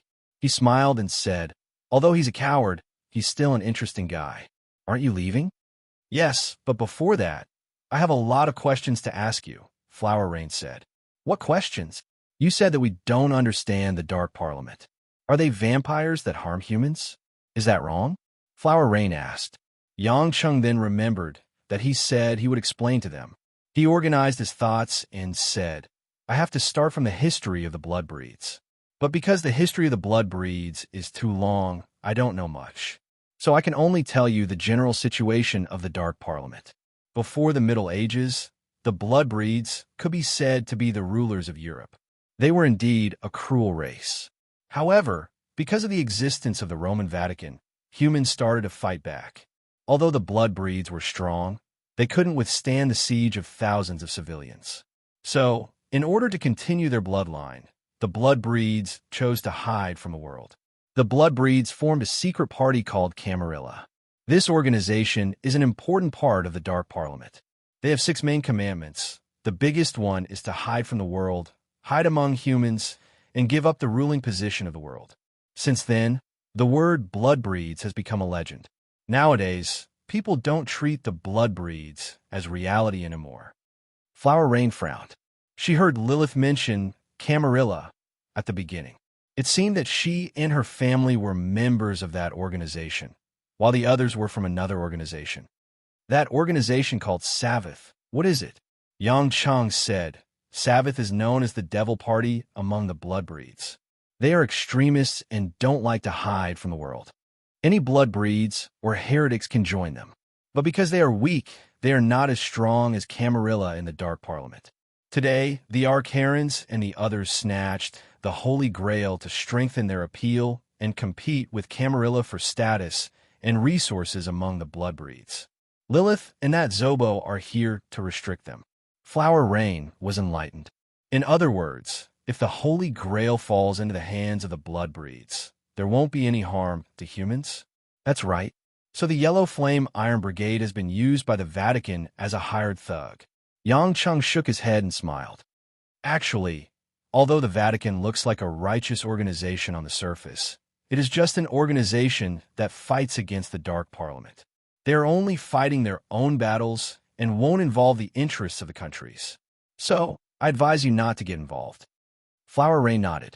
I will report this to the general. Damn the Vatican, we trusted them wrongly. If there's nothing else, I'll leave first. Yang Chung saw that it was almost time to go back. Otherwise, he would really have to call a taxi. Flower Rain hurriedly stopped Yang Chung. What about the Holy Grail? Is it real? Can it make people immortal? Speaking of the Holy Grail, Yang Chung's expression didn't look good. He sighed and said, I don't know. This problem is very complicated. In short, the disappearance of mobses just now is a much bigger problem than you can imagine. But this isn't something you should care about. Just go back and tell your general about it. Flower Rain was slightly disappointed. She vaguely felt that it was just Yang Chung who didn't want to tell her the inside story. Then just now, Lilith. How could you guys do that? Flower Rain hesitated for a long time and finally said it. She endured the awkwardness and said, Aren't you afraid that I will tell Ruashi? We just got back together, and now you want to be at odds again? Yang Chung hurriedly turned around and said with a fawning smile, Please don't tell her. Just now Lilith said that she wanted to kiss me with the pure heart of a fan towards her idol. I've never kissed a vampire in my life. You know that I'm not immune to beautiful women. Moreover, kissing a Westerner isn't a big deal. I just couldn't help but want to try it. I really didn't mean anything else. This was the truth. Yang Chung really wasn't interested in Lilith, who was a blood breed of unknown age. He was just curious about the taste. Flower Rain was speechless. This man is really unreasonable. Is kissing a vampire interesting? Who knows how much dirty blood that mouth has sucked? So disgusting. Flower Rain threw out these 3 words angrily. She turned around and left the scene using her qigong. Only Yang Chung was left standing at the same spot. He touched the back of his head in confusion and muttered to himself. Didn't this woman say that she was going to clean up the mess? Why did she leave first? Chapter 279. The robbery incident at the auction caused the Liu family's banquet to come to an abrupt end at the climax. The guests fled in all directions. Liu Kongbai was in an extremely bad mood. He even scolded his son, Liu Yun. He thought that Liu Yun neglected his duty and didn't supervise his subordinates properly. The person who was especially angry after the incident was Choi Yun. As the chief of the police station, such a thing happened under her watch. What was even more depressing was that the robbers were nowhere to be found, even though it was a huge robbery. However, after the incident, the sudden disappearance of her sister and Yang Cheng's abrupt departure made Choi Yun feel a trace of abnormality. However, she kept it in her heart. At the entrance of the resort, under a few evergreen pine and cypress trees, the dim light shone on 2 black sedans. Beside the flower bed by the road, Lin Ruashi, who was still wearing her black silk evening dress, looked at the venue from afar. In the silent and cold night, she felt a little disappointed. Yang Chung left suddenly without saying anything else. He only said that he was going to check on the situation. However, almost an hour had passed, yet there was no movement from him. This made Lin Ruashi worry that he might have encountered an accident. Lin Ruashi didn't think that she cared about him that much. However, since she had been with him for a long time and they were husband and wife, Lin Ruashi believed that even animals should have deep feelings for each other, let alone a living person. It was normal for her to be worried. Therefore, with a little anxiety, Lin Ruashi decided to wait at the entrance of the resort. However, she waited for almost an hour. After all, it was winter. Although it wasn't the coldest season in the southern cities, Lin Ruashi's nose was already red from the cold. She couldn't help but hug her arms and keep rubbing them.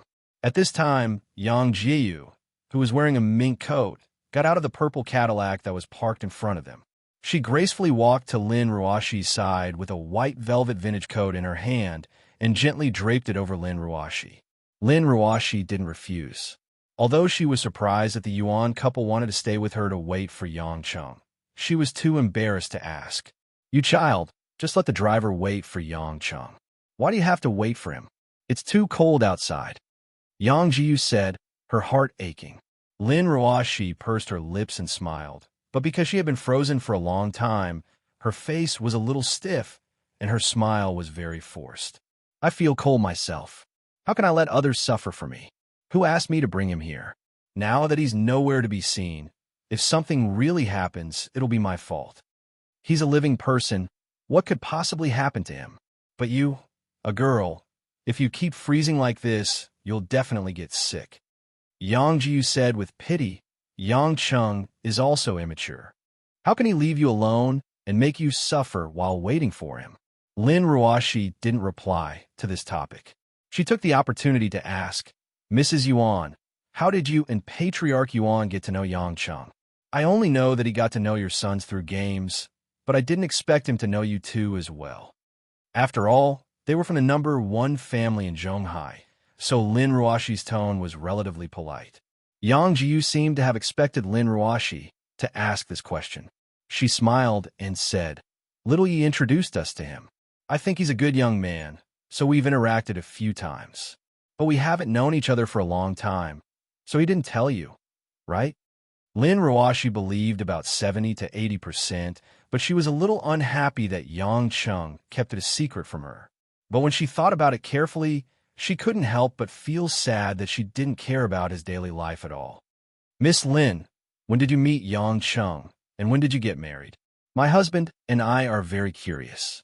Miss Yang Cheng is not bad, but he doesn't seem to be the type that Miss Lin likes. He looks very ordinary, doesn't have a career, and usually doesn't do proper work. What do you like about him, Miss Lin?" Yang Jiyu asked with concern. Lin Ruashi was suddenly speechless. What did she like about him? If she asked this question in reverse, she might be able to say 1 or 2 things about him that she didn't dislike, but liking him was really a headache. After holding in for a while, Lin Ruashi said, "Maybe he's more open-minded and doesn't care about every little thing. To put it bluntly, he was heartless. Just like tonight, he just left." Yang Jiyu nodded with a strange expression and didn't ask anymore. At this time, Yuan Hui got out of the car and complained, "Jiyu, Miss Lin, quickly get in the car. I'll wait for Yang Cheng. Did he take the wrong medicine? Why didn't he inform us when he went out on such a cold day? He left his phone in the car," Lin Ruashi said with a frown. "I really have to give it to him." Yuan Hui was a little annoyed. He walked to Yang Jiyu's side and whispered into her ear, "This nephew of mine is really worrisome." Yang Jiyu rolled her eyes at her husband, but she felt it deeply. Ever since she met Yang Cheng, all kinds of exciting things had happened. If it wasn't for the fact that she was born in a prestigious family and had been through a lot, she really couldn't take it. Seeing the intimate little actions of Yang Jiyu and her husband, Lin Ruashi was a little envious. They were a well-matched couple who had lived together for more than 20 years and could still be so close to each other. They must be very happy. When she thought of the guy in her family who left her alone after the explosion and robbery, Lin Ruashi was annoyed. What am I doing? Why am I waiting for him here? In the midst of her annoyance, she heard someone shouting in front of her. "You haven't left yet? I told you to go back first." Lin Ruashi raised her head and saw Yang Cheng running over with a smile on his face. Yang Jiyu and Yuan Hui heaved a sigh of relief when they saw Yang Cheng return safely. Lin Ruashi said unhappily, "Go back first? Do you want to spend the night here?" "It's fine as long as I call," Yang Cheng said. "It's at least 40 minutes walk from here to the nearest place where I can take a taxi. If the newspaper reports that you've frozen to death tomorrow morning and they blame it on me, wouldn't I feel wronged?" Lin Ruashi said. Yang Cheng thought that it would take him less than 5 minutes to get there, but he knew that he couldn't say it at the moment.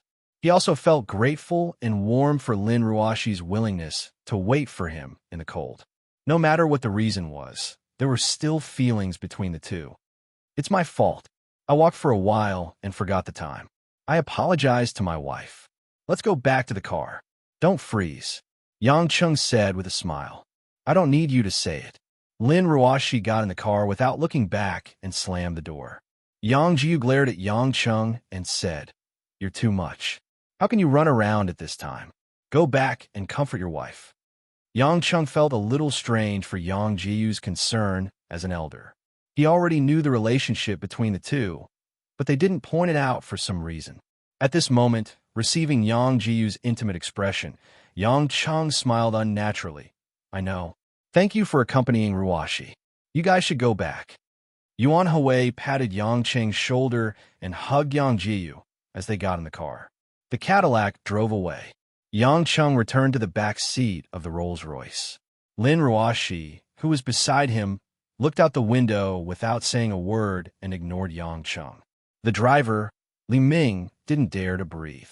He felt that his boss's mood wasn't right, so he drove quietly and didn't say anything. Yang Chung thought about it and finally felt that he should express his apology. Otherwise, he would probably be in a Cold War for a few days. Therefore, he organized his words and was ready to admit his mistake. But before Yang Chung opened his mouth, Yang Cheng's phone vibrated. Yang Chung picked up the phone in the car and was surprised to see that an unknown number had called his phone more than 10 times. He didn't pick up because he didn't bring his phone to the party. Yang Chung picked up the phone and asked, Who is this? Is this Mr. Yang? Yes. Yang Chung heard the unknown man's voice and was a little anxious. I'm from Zhonghai Mental Hospital. The patient you placed here, Lin Cohen. Do you still remember him? Of course. Yang Chung glanced at Lin Ruashi, who was beside him. He hadn't paid attention to Lin Cohen, who had gone crazy for a long time. As far as he knew, Lin Ruashi didn't visit him even once. It was obvious how much of a failure this guy was. Something happened to him. A few hours ago, his condition suddenly worsened and he jumped down from a high place. In the end, he had a cerebral hemorrhage and the resuscitation didn't work. The man said. Yang Cheng's expression froze. He wasn't happy or worried. He just didn't expect this guy to leave the world so suddenly. We called Mr. Zhang, but Mr. Zhang said that it's up to you to decide how to deal with this matter, so we called you. Yang Chung sighed. I understand. I'll go to your place tomorrow to deal with it. Do what you have to do now. Money isn't a problem. All right, call this number if you need anything, the man said and hung up.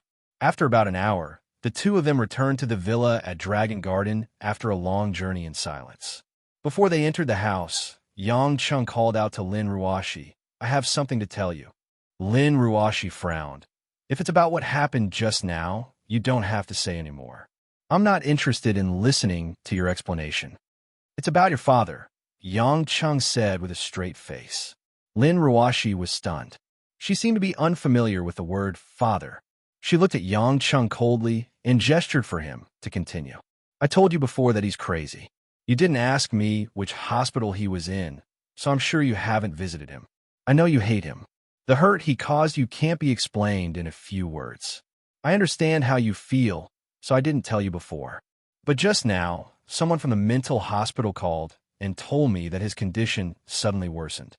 He jumped down from a building and had a cerebral hemorrhage. In the end, the resuscitation didn't work and he passed away. When she heard the words, passed away, Lin Ruashi took half a step back. Her body trembled and her eyes were slightly watery. Yang Chung sighed. No matter what, go to the hospital with me tomorrow. Legally speaking, he's still your father. It's better for you to sign off on the cremation of his body.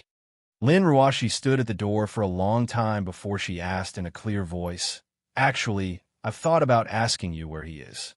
I'll bring him back to the old house and send someone to take care of him for the rest of his life. Is it the house you said he wasn't willing to give you? Yang Chen asked. That's right. After he went crazy, I took back the house, but I've never gone back. I realized that I'm still afraid of going back there. I'm afraid of thinking about my grandmother, my mother, and the past. Lin Ruashi wiped the corner of her eyes and took a breath of cold air to hold back her tears. It's just that I never expected that he would leave before I made up my mind. Lin Ruashi bitterly smiled. She turned around and opened the door. It's Saturday tomorrow. Let's go in the morning. Yang Chen replied. He looked at the graceful yet lonely back view as she walked into the house. His heart felt heavy. Chapter 280. After a night, Lin Ruashi woke up early in the morning. She changed into a simple black jacket and black trousers. Her hair was tied up simply with a black hairband. When Mother Wong saw Lin Ruashi's outfit, she was stunned. She asked carefully, "Miss, are you going to attend an old man's funeral?" Lin Ruashi didn't seem to have slept well. Her eyes were bloodshot. She told Mother Wong everything about Lin Kuan without hiding anything. Mother Wong was an old member of the Lin family. When she heard the news, she sat down on the chair and only came back to her senses after a long time. The extremely pale Wong Ma's expression changed for a long time before she said, "I'll go with Miss and young Master Kuan. I'll send young Master Kuan off one last time. Once he's dead, all grudges should be resolved." After a simple breakfast, Yang Chung drove his BMW and drove Lin Ruashi and Mother Wong to City One Hospital. Lin Kuan had a routine checkup and treatment at this hospital before he died. Therefore, he was sent here directly after his death. The family of the deceased had to go through a series of procedures. It definitely couldn't be done in a short time. After seeing Lin Kuan for the last time in the mortuary, Lin Ruashi and Mother Wong looked very pale. They supported each other and signed all kinds of documents under the guidance of the nurse. Just as Lin Ruashi and Wong Ma were feeling depressed, a tall, square-faced doctor who looked to be in his 50s, with white hair and a white coat, walked to the side. After looking at Yang Chun and the other two, he asked Yang Chun with a friendly expression, "This is Miss Lin's husband, right?" Yang Chun was stunned. Seeing that Lin Ruashi didn't respond and continued to sign the documents, he nodded. "I'm Mr. Lin Kuan's previous attending physician. My surname is Bao. I have some small matters that I need to discuss with his family. Since Miss Lin is busy, as her son-in-law, please come to my office," Dr. Bao said.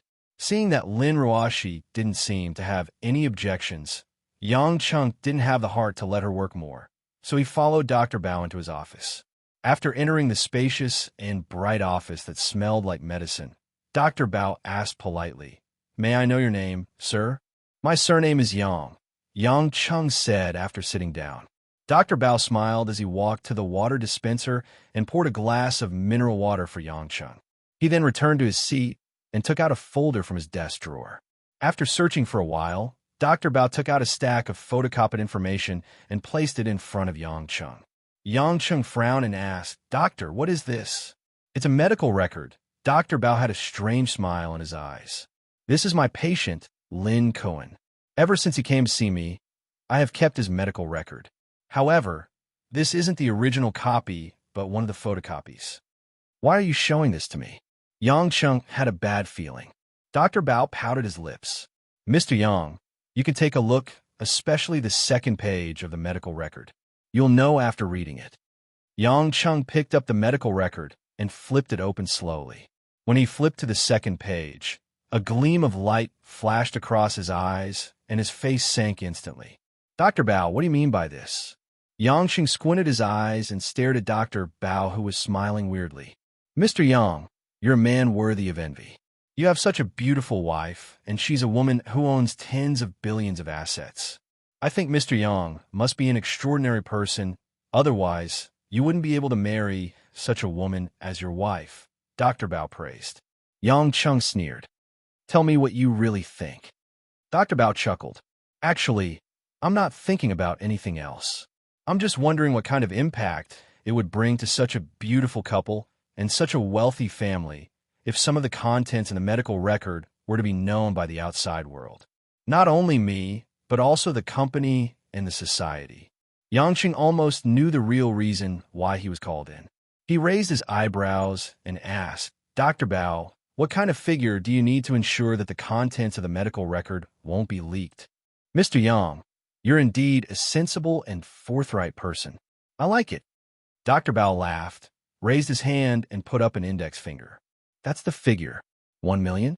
Yang Chung asked. Dr. Bao shook his head. 10 million? Yang Chung asked with a smile. 10 million is too degrading for the CEO of Yulei International. Dr. Bao shook his head and smiled. Yang Chung patted the medical record in his hand. So, you're saying that you want 100 million? Not more, not less. Just 100 million Huaxia dollars. It won't have any financial impact on Mr. Yang's family, but it can ensure that Mr. Yang's family can live peacefully for the rest of their lives without any worries. Dr. Bao smiled evilly.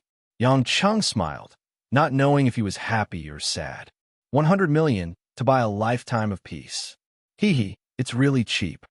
That's right, it's so cheap. Compared to the information in the medical record, it's really nothing. Dr. Bao sighed. I didn't want Miss Lin to be too sad. That's why I told Mr. Yang about this. Mr. Yang, you have to understand my good intentions. Yang Chung nodded his head, seemingly agreeing with him. Seeing that Yang Chung didn't say anything, Dr. Bao asked anxiously, Mr. Yang, I wonder if it can be settled? Yang Chen appeared to be in a difficult position.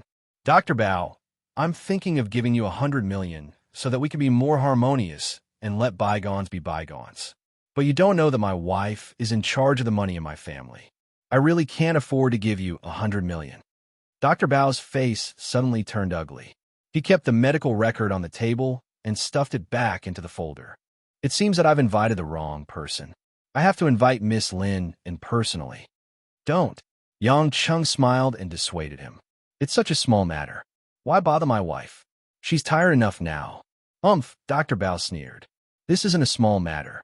To me, keeping the secret is of utmost importance. If I don't get some benefits, I'll be letting my conscience down. Mr. Yang, if you can't afford it, don't waste my time. Yang Chung shook his head and sighed. Although I don't have the money to give you, Dr. Bao, I have a way to keep this secret. Dr. Bao frowned and asked doubtfully, what is it? Yang Chung grinned evilly, and there was a hint of coldness in his eyes. Dr. Bao, actually, as long as you're dead, this matter can also be covered up. The sudden change in Yang Cheng's expression made Dr. Bao jump up from his seat in shock. However, before Dr. Bao could shout in fear, Yang Chung had already appeared behind Dr. Bao from his seat. A hand stretched from the back to the front, and two steel-like fingers grasped Dr. Bao's throat. Dr. Bao was tall, but at this moment, the murderous aura that Yang Chung suddenly emitted made his hair stand on end, and there was a sense of helplessness and fear in his heart. You could try to shout. I'm confident that I can crush your throat before you shout. Don't think that I don't dare to. I can't stand being goaded. Yang Chung sneered cruelly in Dr. Bao's ear. Dr. Bao forced himself to calm down, but he was just an ordinary person after all. How could he withstand the murderous aura that was brewed from Yang Cheng's bloody path? No matter how he tried to calm down, he became more and more terrified, and he almost lost control of his bowels at any time. Yang Chung took the folder from Dr. Bao's hand easily and took out a thin piece of A4 paper from the folder. While Dr. Bao was trembling with fear, Yang Chung held the A4 paper with two fingers on his left hand and threw the paper, which was more than 10 cups bigger than a poker card, out as if he was throwing a poker card. Screech. The paper seemed to have turned into a metal UFO in an instant. It flew in a straight line and embedded itself into the lime wall. Dr. Bao was dumbfounded. His mouth was wide open, and he even forgot to breathe. The legendary martial arts master could injure people by plucking leaves, but the man beside him could turn an ordinary piece of paper into a weapon that was scarier than a knife. Yang Chung was very satisfied with the deterrent effect. Dr. Bao, take a guess. If I threw a small piece of paper at a certain part of your body when no one was paying attention, who would know that I was the one who did it? Mr. Yang, don't kill me. I don't dare to ask for money anymore. I definitely don't dare to tell anyone. Dr. Bao realized that he had offended someone that he absolutely couldn't afford to offend. Although money was good, what was the use of money if he was dead? Furthermore, could he extort someone who could do such a thing? Yang Chung didn't really want to kill him. After all, killing a doctor in a hospital was a difficult matter to deal with. He just wanted to use a ruthless method to dispel his greedy thoughts. After letting go of Dr. Bao, Yang Chung patted his shoulder. Who knew that the moment he patted him, the doctor would fall to the ground on his butt? Yang Chung sneered and said, keep the medical record. If you want to die, you can publish the contents of the medical record. I will let you have a good death. Dr. Bao's smile was uglier than crying. He quickly said, No, no. I will deal with all the copies today. What a good doctor. If I get sick next time, I will definitely come to you. Yang Cheng winked at him and walked out of the office leisurely. After leaving the office, Yang Cheng's face turned serious. The contents of the medical record appeared in his mind. Yang Cheng sighed in his heart. The world was unpredictable. If Lin Ruoshi saw the kind of thing, it would definitely cause an uproar. At the very least, it definitely wouldn't be anything good. Yang Cheng decided to bury what he saw today in the bottom of his heart and bring it to the grave. That would be the best choice. When they walked to the room where Lin Ruoshi and Mother Wang were in, Mother Wang looked up and asked Yang Cheng, Young master, what did the doctor say? Yang Cheng smiled. Nothing serious. He just talked about the medical record before he died and explained the reason for the failure of resuscitation. It's all in the past. Let all be in the past. Mother Wang nodded and turned to Lin Ruoshi. Miss, it's done. Let's go back now. You don't look very well. Go back and have a rest. Lin Ruoshi stood up weakly and looked up at Yang Cheng. She said softly, Thank you. What are you thanking me for? That person has been giving you trouble since you first met him. Now that he has left, I only found out about it through you. Lin Ruoshi said, with a lonely expression. Yang Cheng sighed in his heart. Although Lin Ruoshi hated Lin Kuan, she still couldn't completely let him go. Just like how she hated Lin Jigua, she listened to his grandmother's words and used the Lin family's rules to restrain herself. She endured the pain and got married to him. Thinking of this, Yang Cheng felt that his idea of hiding the medical record was right. Just when the three of them were about to leave the hospital, Lin Ruoshi's phone rang. Lin Ruoshi looked at the number, and a gentle smile appeared on her face. She looked at Yang Cheng and said, It's Jingjing. She's the girl that you met at the orphanage. She's calling. Yang Cheng was stunned. He saw that Lin Ruoshi's mood had improved. She picked up the phone. Chapter 281. Li Jingjing's sudden call seemed to make Lin Ruoshi feel much better. After chatting for a while, she seemed to have agreed to something and hung up the phone with a smile. Yang Cheng was a little surprised. How did Li Jingjing and Lin Ruoshi's relationship suddenly improve so much? Could it be that both of them liked volunteering at the orphanage and became the perfect bridge to become good friends? Although he had deliberately drawn a line with Li Jingjing because of his relationship with old Li and his wife, it wasn't appropriate for him to ask too much about the friendship between the two women. Miss, you look so happy. Which friend is it? Mother Wang also hoped that Lin Ruoshi could walk out of the shadow in her heart as soon as possible, so she asked with a smile. Lin Ruoshi nodded. Yes, it's the teacher girl that I mentioned to Mother Wang last time. She asked me if she could come to our house tomorrow. It's the weekend, so I agreed. Wang Ma seemed to have thought of something. She looked at Yang Cheng with a strange smile and said, That's a good thing. I'll go buy more ingredients tomorrow. Yang Cheng didn't understand why Mother Wang showed such an expression, but he didn't think much about it. He was just hesitating if he should go out tomorrow to avoid Li Jingjing. But after thinking about it, avoiding her was not the right thing to do. It was obviously telling Li Jingjing that there was something wrong with him. It was better to be a stranger like last time.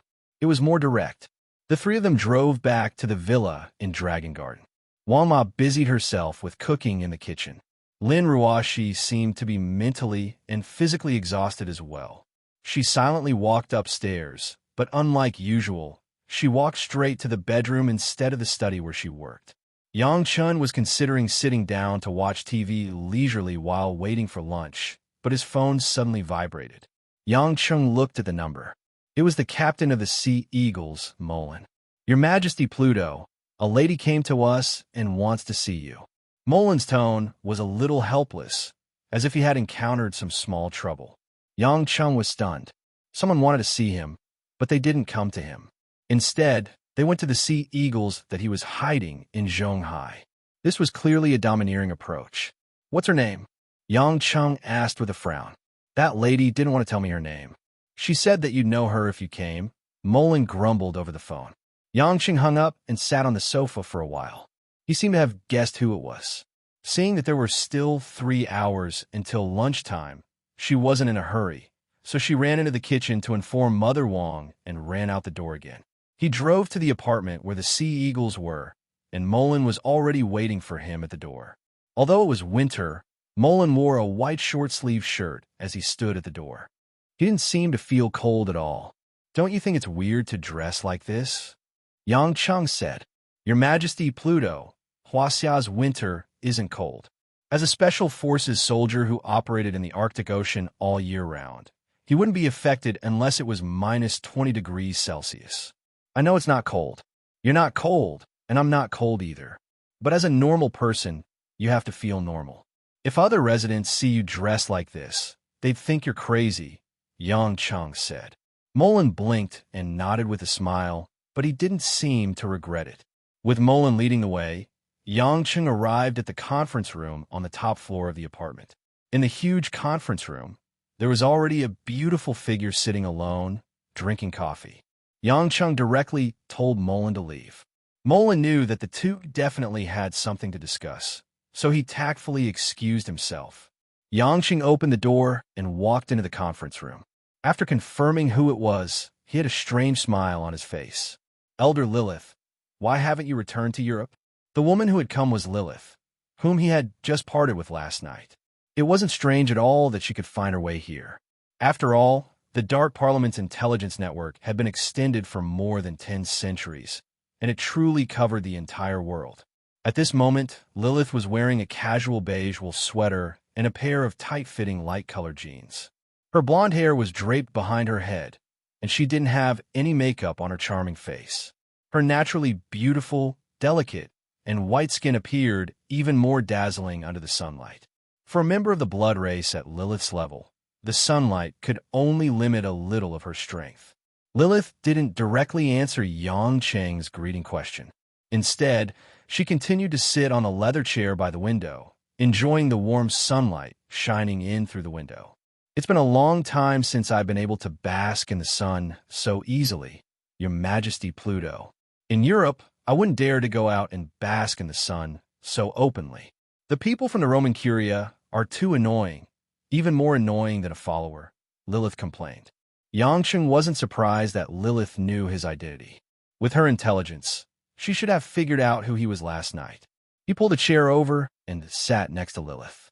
Glancing sideways, he could see Lilith's voluptuous breasts and the delicate contours of her face. While staring with slight appreciation, he said, "Ordinary people must think that the blood race is afraid of the sun and hates garlic, but a member of the blood race like Miss Lilith definitely wouldn't care at all." Lilith smiled and said, "That's something that only some rich young masters are afraid of. Let me tell you a secret, Your Majesty Pluto. I like to eat garlic-flavored potato chips the most, but my family hates the taste, so I always eat it secretly at home." Yang Chung felt that it was a little weird to discuss food with this female vampire, so he changed the topic and asked, "Do you want a drink? I can get someone to bring some good wine up." "No need. I rejected it just now." Lilith turned her head and looked at Yang Chung. "Your Majesty Pluto, aren't you going to ask why I came to find you? I think that's something you should be in a hurry to say. After all, the longer you stay here, the more dangerous it is for you to be targeted by the Yellow Flame Iron Brigade. They seem to have reached a certain consensus with the Curia. Although your strength isn't bad, if you're surrounded by many people, you won't be a match," Yang Chung said. Lilith said confidently, "Your Majesty Pluto doesn't have to worry about this. I still have enough strength. With a few people from the Curia and Huaxia, it would still be difficult for them to join forces with the Yellow Flame Iron Brigade to deal with me." Yang Chung suddenly had a question. "Miss Lilith, may I ask which generation of the blood race are you?" Lilith had a strange smile on her face. "The 4th generation. Why? Is this worth paying attention to?" Yang Cheng's face turned pale, and he pouted. "As far as I know, the 3rd generation of the blood race is known as the golden generation that can stand shoulder to shoulder with God. But that's the blood race from more than 10 centuries ago. Miss Lilith, I suddenly regret kissing you last night. According to the time, the 4th generation of you isn't young anymore. I was wondering why you became an elder at such a young age." Looks like you have a technique to preserve your youth. Lilith laughed so hard that her back was bent on the leather chair. Although I'm the fourth generation, I'm a noble, pure-blooded blood race. My mother gave birth to me through childbirth. So, I'm actually only over 200 years old. I'm still very young. Over 200 years old. Still very young. Yang Cheng touched his face and regretted asking too much. That kiss last night was 2 centuries long. But he couldn't help but ask curiously, so the blood race can reproduce like humans? I didn't know that before. Yes, but the more powerful the blood race is, the more difficult it is to reproduce. Also, that method will greatly reduce the strength of the blood race, especially the females. My mother wouldn't have given birth to me without my father's protection, Lilith explained. Even if the strength of the 3rd generation of the blood race is reduced, I don't think any enemies would dare to attack them. Yang Qing chuckled. Lilith's eyes glittered. Although my parents' generation is known as the generation that stands shoulder to shoulder with God, as Your Excellency Pluto, you should know very well that there's still an insurmountable distance between them and God. Even our ancestor, Cain, was only a demigod. This time, Yang Cheng was slightly moved and narrowed his eyes. Miss Lilith, it seems that you know something about God. Lilith said a little proudly, I inherited my mother's bloodline. My mother is a pure descendant of the Night Witch. Our ancestor, the witch Lilith, is the wife of the demon god, Satan. Yang Qing knocked on the armrest with one of his fingers and said, No wonder. If that's the case, you do have a reason to come into contact with that aspect. Yes, that's why when Elder Mobses mysteriously disappeared last night, although the others didn't know what happened, I've seen many scrolls that have been passed down in the family, which recorded some information about the gods. Plus, your appearance and your angry reaction, I could roughly guess some of it. Lilith didn't smile cheekily this time. What she said was obviously very serious. Yang Cheng said calmly, Your guess is more or less correct, but I'm still confused as to why this happened. It's definitely not done by someone I know. I know. That's why I'm here today, hoping to discuss something else with Your Excellency Pluto. Lilith smiled. Yang Cheng gestured for her to continue. Your Excellency Pluto, as far as I know, you returned to Huaxia for personal reasons. But there's one thing I'm sure of, you definitely don't want anyone to disturb your peaceful life. But like last night, Huaxia didn't seem to be peaceful, especially when you're here. The protective umbrella of the Yellow Flame Iron Brigade is especially important. At least it can let you have no worries, Lilith said. However, because of the Vatican's involvement, the Yellow Flame Iron Brigade seems to be standing on the opposite side of us. What do you want to say? Just say it. Yang Cheng said. We, the Camarilla, have always followed the Treaty of Seclusion, but those people from the Vatican don't seem to know how to cherish our tolerance. So, after a discussion in the Camarilla Elders' Council, the Chief Judges ruled to let me be the representative, hoping to form an alliance with Your Excellency Pluto. This is to prevent the Yellow Flame Iron Brigade from leaning towards the Vatican unscrupulously when there's a conflict of interest in the land in the East. After Lilith finished speaking, she looked at Yang Cheng with anticipation. Yang Cheng was silent for a while, then said, I don't object to this matter, but Molan will be directly linked to you. I don't want to have too much contact with the Camarilla. After all, I live in this country. That's enough. We just need a form of deterrence, Lilith said in surprise. Yang Cheng looked at the time. Is there anything else? I'm going on a date with my family for dinner. Lilith hesitated for a while, then asked, Your Excellency Pluto, there's another question. Because it might be related to the safety of the Blood Clan, I'd like to confirm with you. You want to ask, was the mysterious disappearance of Mobses last night because of the Blood Clan itself, or because of the Holy Grail? Yang Cheng asked. That's right. And that Holy Grail, can it really make people immortal? Lilith asked the biggest doubt. Chapter 282. Yang Cheng's mind replayed the scene of Mobses disappearing in a thin air last night. When he recalled the Holy Grail falling into his hands, he felt inexplicably uneasy. Lilith, did you know that everything in the world is actually immortal? Yang Cheng said. Lilith's eyes widened. She couldn't believe that such words would come out of Yang Cheng's mouth so seriously. How is that possible? Even though we vampires are theoretically immortal, we still age and die very slowly. We can't be considered immortal at all. How can other creatures be immortal? Lilith murmured. Yang Chung stood up from his seat and walked to the window. He looked at the wide field of view outside the apartment building and the crisscrossing and densely packed roads of different sizes in the city. Countless vehicles and pedestrians flowed in this city without end. Lilith, you know about the Russian roulette, right? Yang Chung asked. Lilith nodded. I know. It's a game where two people take turns to shoot themselves after loading a bullet into a revolver with 6 bullets. It's a game of gambling on fate. That's right.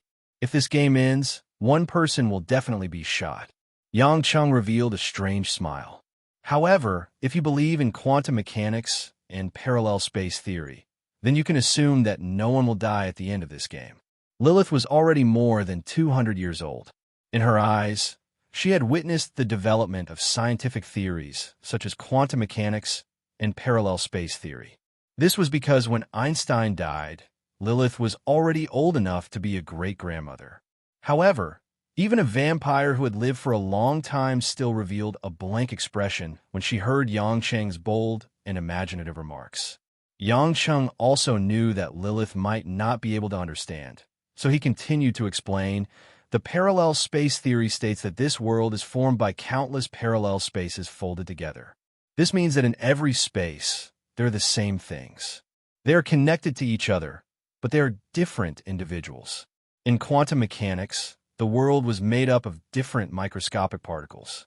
Whether it's a creature or a thing, the particles that form them are constantly in motion. In other words, in this universe, there are countless you, countless me, and countless similar worlds. It's just that all of us and all the spaces are folded together. And what constitutes all of this is constantly changing particles. As for what kind of particles they are, they're also constantly changing, Yang Chung said. Lilith seemed to have understood a little. But what does this have to do with the Russian roulette? Smiling, Yang Chun said, the Russian wheel is actually just an example. In fact, any bullet that hits a person's vitals, such as the temple, will instantly explode. According to quantum mechanics and the parallel space wheel, no matter how small the probability, there would always be a space in which the bullet would pass through where the microscopic particles happen to be scattered. Therefore, in that space, the bullet would not penetrate the temple of the deceased, but would pass through the head of the person without damaging the tissues of the person's body. In that case, the people in that space are alive. Lilith's eyes widened as if she found it unbelievable. If the person standing in front of her was not the Netherworld King who made her unable to resist, she would even think that this man was talking nonsense. How could there be such a terrifying and bizarre thing? Your Majesty Pluto, according to what you said, why do people in this world still die? Lilith asked. Yang Chung smiled. You said it yourself. It's a human who died. Lilith was suddenly enlightened. Are you saying that God really doesn't die? Yang Cheng's lips curled into a bitter smile. I'm guessing you've read about it in your family's historical records, but you probably don't really believe in the immortality of the gods. Actually, that wasn't something too mystical. The gods were indeed immortal, but it wasn't the so-called divine power or the so-called reincarnation. According to science, the reason why the gods didn't die was because of the infinite existence of parallel dimensions. No matter what kind of injuries and illnesses they suffered, there would always be a space that was not injured, and there would always be a space that was free of illnesses. However, except for the gods, all other creatures couldn't transcend the original space they were in. So, they would die with fatal injuries, but the gods could be reborn from parallel dimensions. Lilith was silent for a long time, as if she was digesting the bizarre theory that Yang Chang had said. Then, she asked in confusion, but, according to Her Majesty Pluto, aren't the gods already extremely old? Even if they constantly escape death through parallel dimensions, they can't escape the decay of their bodies, right? Yes, but this involves some areas that you don't need to know. I can only tell you that the gods have a way to restore their youth, Yang Chung said.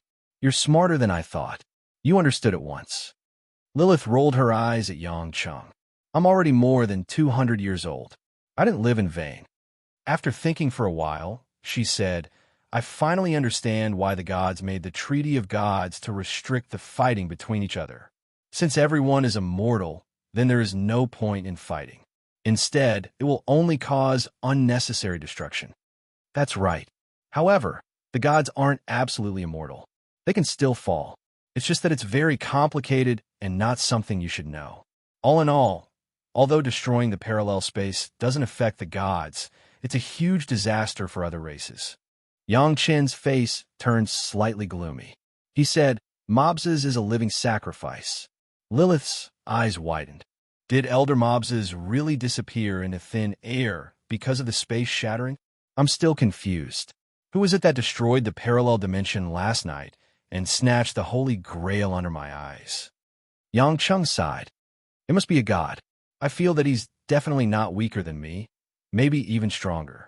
Even if I unsealed myself and used the method of controlling parallel dimensions to track him, I wouldn't have been able to catch him. He snatched the Holy Grail? But isn't the Holy Grail still in your hands? Lilith asked doubtfully. Yang Cheng shook his head. That's not the Holy Grail anymore. Although I'm not sure if the Holy Grail had any magical powers before, I can conclude that the Holy Grail that fell to the ground has been stripped of some important things. It was taken away by that robbing god. What's left is just an antique metal cup with no value at all. Lilith heaved a sigh of relief. In other words, that god doesn't have a grudge against the blood race. He's after the Holy Grail. Yang Qing nodded. That's right. I've said so much to tell you that you can go back to Europe without worry. That guy isn't targeting the blood race. Also, you don't have to worry about the so-called immortality. If you can obtain immortality just by drinking some holy water, then gods are too worthless. The female blood race member smiled sweetly. Your Majesty Pluto, you've told me so much important information. Are you interested in me? Yangqing hurriedly waved his hand and smiled stiffly. Although I like mature women, Miss Lilith, with your real age, you're old enough to be my ancestor. I think it's better to forget about it. Annoying, Lilith pouted coquettishly and stomped her feet angrily. Until we meet again. After saying that, the female blood race member swept out of the conference hall like a gust of wind and disappeared without a trace. Yang Cheng spread his hands helplessly.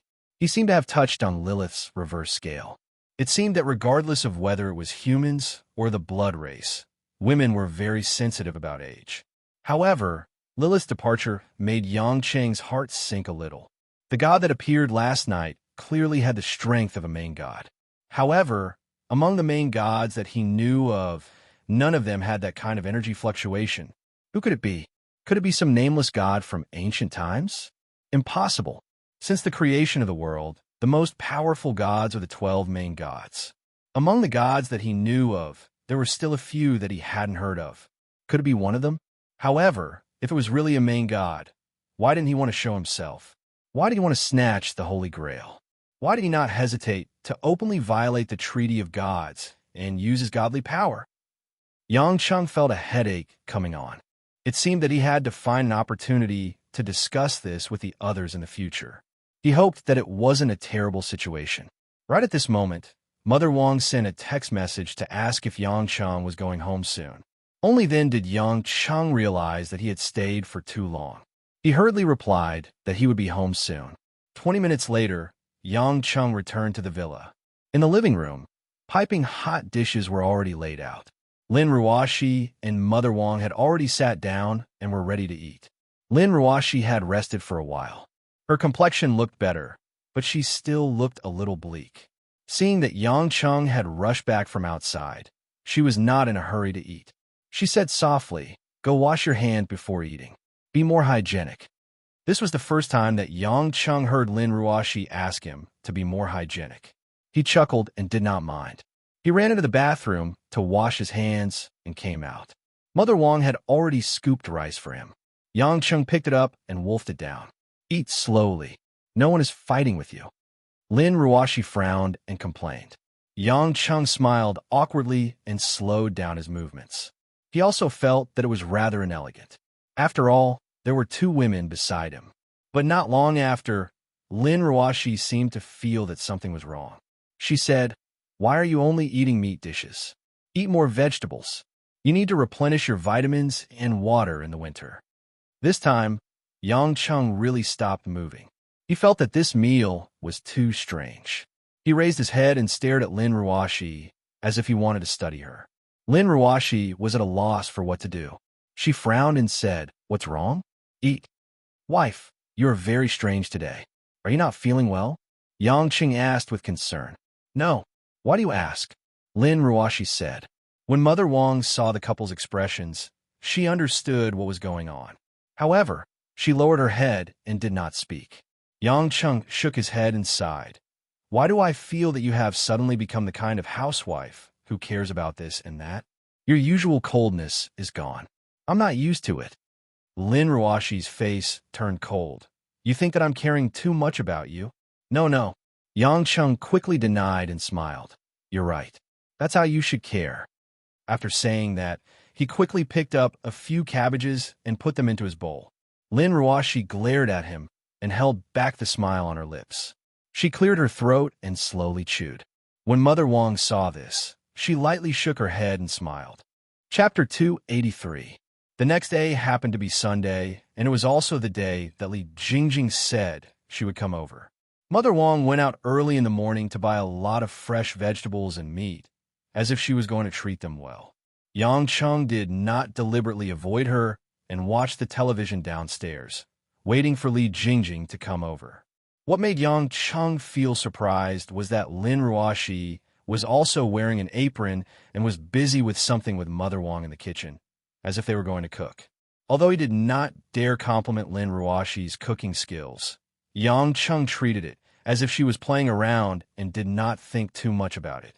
When it was almost noon, the doorbell rang. Lin Ruoshi hurriedly ran to the door in her plush slippers and opened it.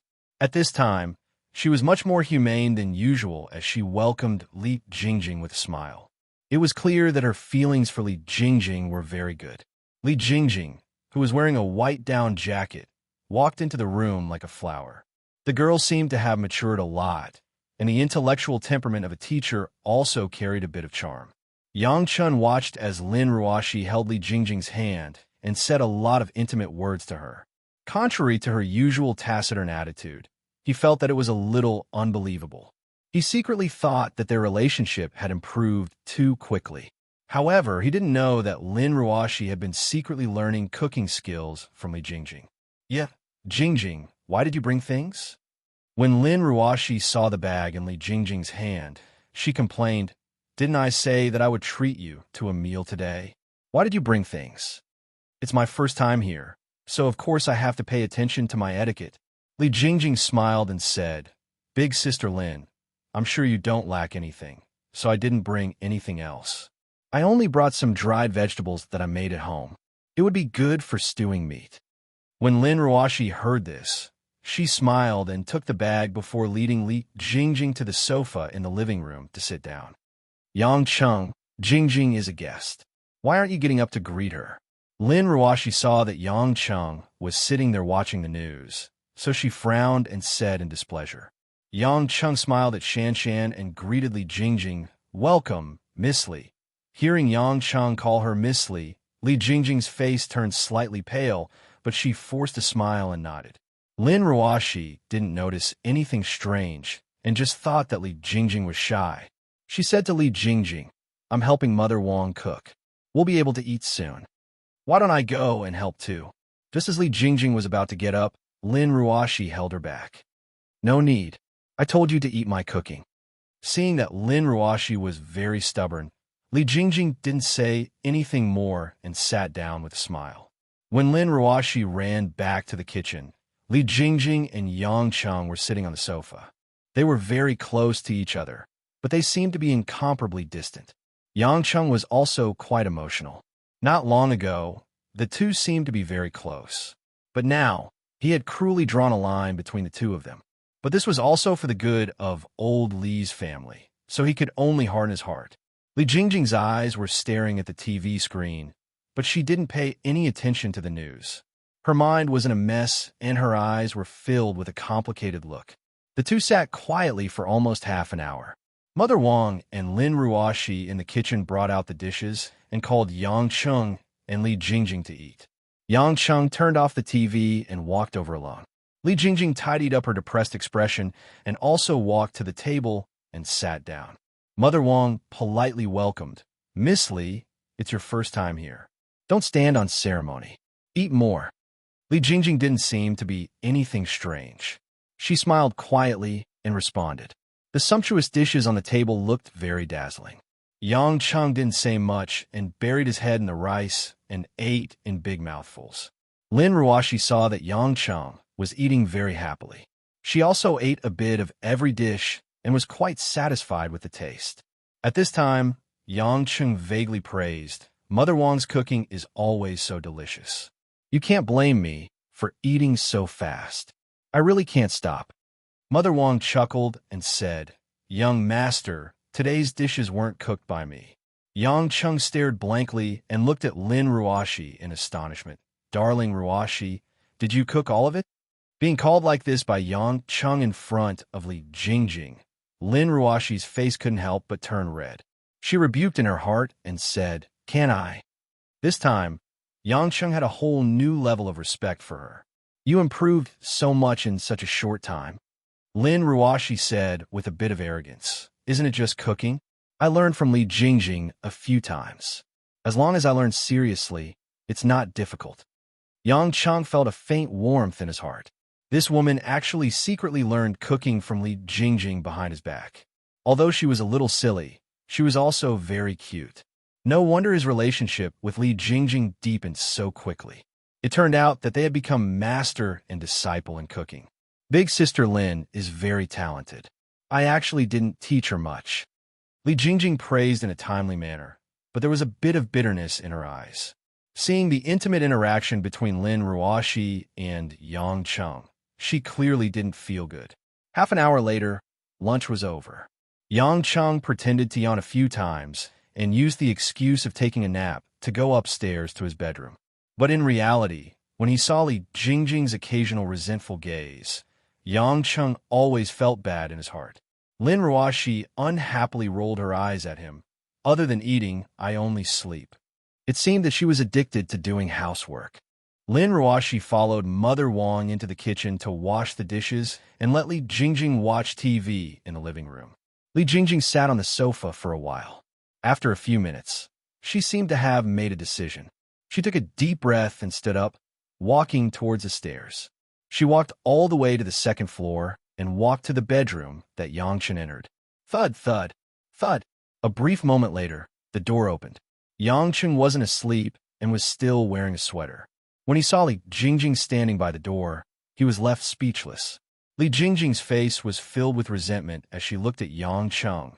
Big brother Yang, can I say a few words to you? Yang Chen's heart softened when he saw the girl's expectant look. He took a few steps back and allowed Li Jingjing to enter the room. He turned around to avoid looking at her face and said, If you have something to say, just say it. When Li Jingjing entered, she did not close the door and sobbed. Big brother Yang, are you really going to be so heartless? It's not that I'm heartless, but it's the most suitable choice in my eyes. I believe that you understand what your father said back then. Yang Cheng sighed. You're a good girl, I know that, but I also know that you still have parents, and they don't want to see you like that. But, big brother Yang, have you ever thought that even if you really cut off all ties with me and pretend not to know me at all, can I really let my parents live in satisfaction? Li Jingjing said with a sad smile. Yang Cheng did not turn around. Hearing Li Jingjing's words, Yang Cheng was silent. His mind was in a mess. Too many memories of Li Jingjing's past appeared in his mind. From the time he first met her after returning to the country, from the shy and timid girl who followed him and called him Big Brother, to the mature and independent female teacher. Although it was only a year, their feelings had taken root and sprouted. It was like a flame facing the wind, difficult to suppress. He still remembered walking home at night, and the girl secretly watching him leave from the window. He still remembered accompanying her to parties and watching him sing and smiling sweetly. I only want love. I only want Big Brother Yang to pay attention to me and only love me. But the only thing I want is also the only thing I can't get. He still remembered that evening when the sun was setting. The girl's ethereal and soft voice still echoed in his ears. Just when Yang Chung was lost in his thoughts and lost himself, he felt a soft body sticking to his back. A pair of delicate arms wrapped around his waist from behind. Li Jingjing buried her head in Yang Cheng's back, sticking close to him, and whispered to herself, "Big brother Yang, I can't forget. We've been through so much, and you've done so much for me. How can I forget you? How can you choose to cut off my feelings for you like this? I can't forget for even a day that you dealt with Chen Di Hai and Chen Feng for me. You took me to buy clothes and said that I was your princess. You went to the party with me and sang in front of me." Yang Chung wanted Li Jingjing to remove her hand from his body, but he was afraid that this action would make the girl's heart completely turn to ashes and hurt her too much. "Jingjing, let's have a good talk. This isn't a question of whether you want to or not." Yang Chung sighed and said. Li Jingjing's mood suddenly became a little agitated and loudly said, "No, big brother Yang. How can you reject me like this? Did you forget that day when you were in my house? I was taking a bath, but you rushed in. How can you be so cruel to me?" Clang, clang, clang, the crisp sound of porcelain shattering rang out at the door. Yang Chung suddenly woke up. He was so lost in his thoughts that he didn't hear someone coming up the stairs to the door. Turning his head in shock, Yang Chung was stunned.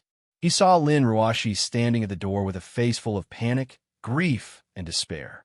She covered her mouth with one hand and tightly gripped her apron with the other. The tears in her eyes didn't fall. On the floor, there were broken porcelain pots and freshly cut fruits. All of them were scattered on the ground. It was a complete mess. "Sister Lin."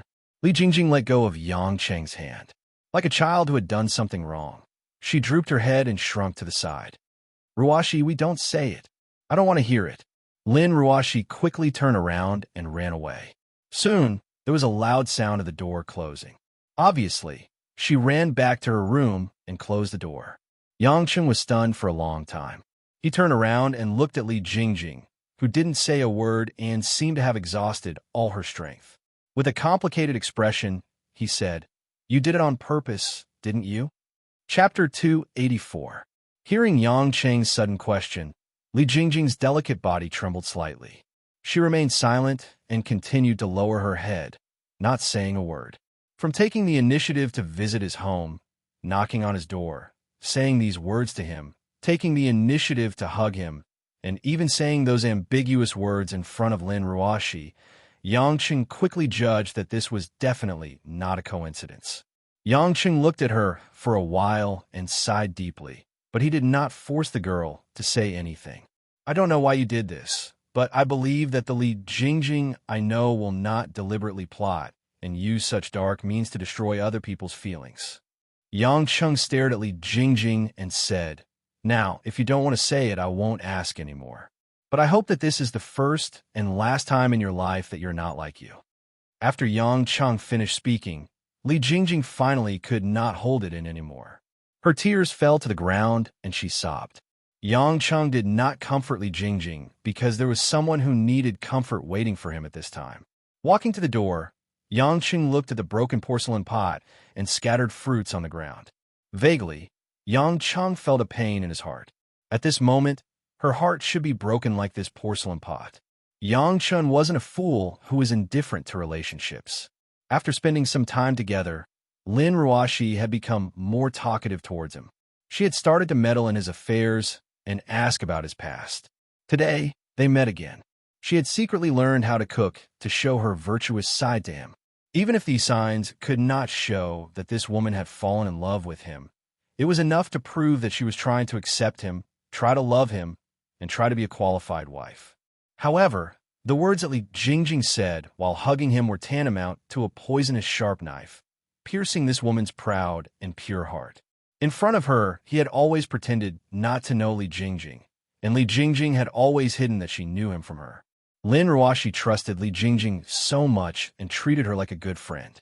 But she never imagined that she would be betrayed by both her husband and her good friend. Moreover, the betrayal was so thorough, so heartless and cruel. Yang Cheng always hated himself for not being loyal enough and bringing trouble to women. But this time, Yang Cheng hated himself the most. Whether Li Jingjing did it on purpose or not, she was at fault. Yang Cheng walked to the door of Lin Ruoshi's room. With his keen hearing, he could vaguely hear sobbing in the room despite the excellent soundproofing. Yang Chung stretched out his hand, wanting to knock on the door. However, he retracted his hand midair. He wanted to explain, but what could he explain? He didn't know why everything had turned out this way. After standing at the door for a long time, Yang Chung returned to his room. At this time, Li Jingjing was already sitting on the floor. Her eyes were red and swollen from crying. When she saw Yang Chung walking back, she didn't dare to look at Yang Chung. Yang Chung slowly sat down on the bed. He was stunned for a moment before he said, "Jingjing, say it. Why did you do this?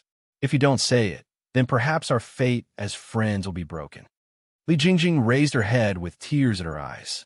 She looked at Yang Chung and said, "Brother Yang, I will say it. But please come with me to a place, okay?" "Where?" "City number 2 hospital." Li Jingjing's words made Yang Chung feel that things weren't simple. He didn't ask anymore. After leaving the villa with Li Jingjing, he quickly drove to City number 2 hospital. When Li Jingjing led the way, the two walked to an intensive care unit.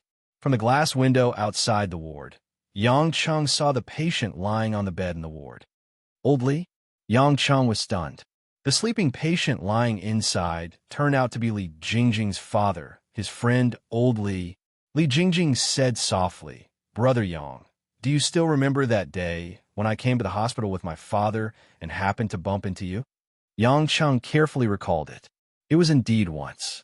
That day, he deliberately treated Li Jingjing coldly, and he also greeted Old Li. In fact, during that time, my father had been saying that he was not feeling well.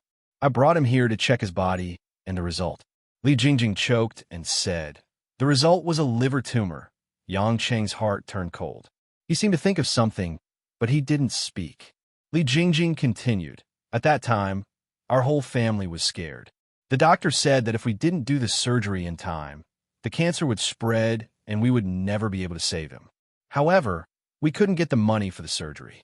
I told my father that maybe I could borrow it from Brother Yang, but my parents strongly opposed it and scolded me. They said that if I were to trouble you again, my father would rather drink pesticide and die quickly than do the surgery. I was so scared then, afraid that my father would suddenly leave. However, I had just become a teacher. Even if I took a loan from the bank and mortgaged our house, I wouldn't be able to get enough money," Li Jingjing said. At that time, someone suddenly appeared. He said that if I did what he said, he would pay for all the surgery fees for my father. Yang Chung sighed in his heart. It was indeed as he had guessed. He asked, "Who was it?" Li Jingjing raised her head slowly. "Brother Yang, do you still remember that time when you accompanied me to buy furniture and the person we met on the way?" Yang Chung recalled for a moment and suddenly realized, Zhang Xinlin. That time when he accompanied Li Jingjing to buy furniture in the furniture city, he accidentally met Zhang Xinlin. Although he felt that his smile was very strange, nothing special happened after that. He didn't expect that he had his eyes on Li Jingjing all along. "Yes," Li Jingjing said. "He said that as long as I followed his instructions, he would pay for all the surgery fees. He's really patient." Yang Chung initially thought that after Zhang Xinlin was defeated by Lin Ruoxi in the business field, he would withdraw from this war. He didn't expect that he would keep Li Jingjing as a chess piece. Even if he lost in the business field, he didn't plan to let him and Lin Ruoxi have an easy time. The two of them slowly walked to a secluded corner of the pavilion outside the hospital. Li Jingjing told Yang Chung about the details of the development of the matter, allowing Yang Chung to completely understand what was going on. It turned out that after Zhang Xinlin found out that Li Jingjing and Yang Chung had an ambiguous relationship, he sent someone to investigate Li Jingjing's family background and unexpectedly found out that Li Jingjing and Lin Ruoxi were volunteering in the same orphanage. However, not long after, they were brutally attacked by Lin Ruoxi and Zhang Xinlin withdrew from Zhonghai. Thus, the information wasn't put to use immediately. After Old Li fell ill and was hospitalized, Zhang Xinlin appeared again and told Li Jingjing that the woman that she often met in the orphanage was Yang Cheng's wife. He also told Li Jingjing to use the opportunity in the orphanage to improve her relationship with Lin Ruoxi and then find an opportunity to play tricks between the two of them. Without a doubt, this was half a threat and half a provocation towards Li Jingjing. Zheng Xinlin knew that because of Yang Cheng's sudden coldness towards Li Jingjing was jealous of Yang Cheng's wife and was worried about her father's surgery fees. Due to these two reasons, even though it was painful, she endured it and agreed to it. Moreover, Li Jingjing was only an ordinary young female teacher. She wouldn't dare to go against a wealthy family like the Zheng family. As long as Zheng Xinlin threatened her, Li Jingjing wouldn't dare to divulge all of this. After that, Li Jingjing hid everything and quickly developed her relationship with Lin Ruoxi. Furthermore, through Lin Ruoxi's sudden suggestion of cooking, she found an opportunity and staged the scene today. This was also the result that Zheng Xinlin wanted to see. Zheng Xinlin wanted to use Yulei International's foundation to gain a firm foothold, but he didn't want to lose in the business field. Hoping to get Lin Ruoxi, he naturally lost in the love field. However, it must be said that this time, he cunningly made use of Li Jingjing to come between Yang Cheng and Lin Ruoxi. Even if he couldn't get Lin Ruoxi, it was enough to cause a huge crisis in the relationship between the two of them and hurt both parties involved. He made a comeback. After Yang Cheng's expression changed for a long time, he said, "Jingjing, you should know that he was making use of you. You should have told me earlier." Li Jingjing said mournfully, "I know I did wrong, Brother Yang, but I really lost my mind at that time. Every time I saw you, you didn't even look at me and treated me so coldly. I would have bad thoughts about Sister Lin. I couldn't control it no matter what. I know I was wrong now, but I hurt you and Sister Lin.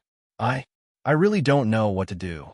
Brother Yang, you won't forgive me anymore, right? People always make mistakes. I shouldn't have been so cold to you all of a sudden.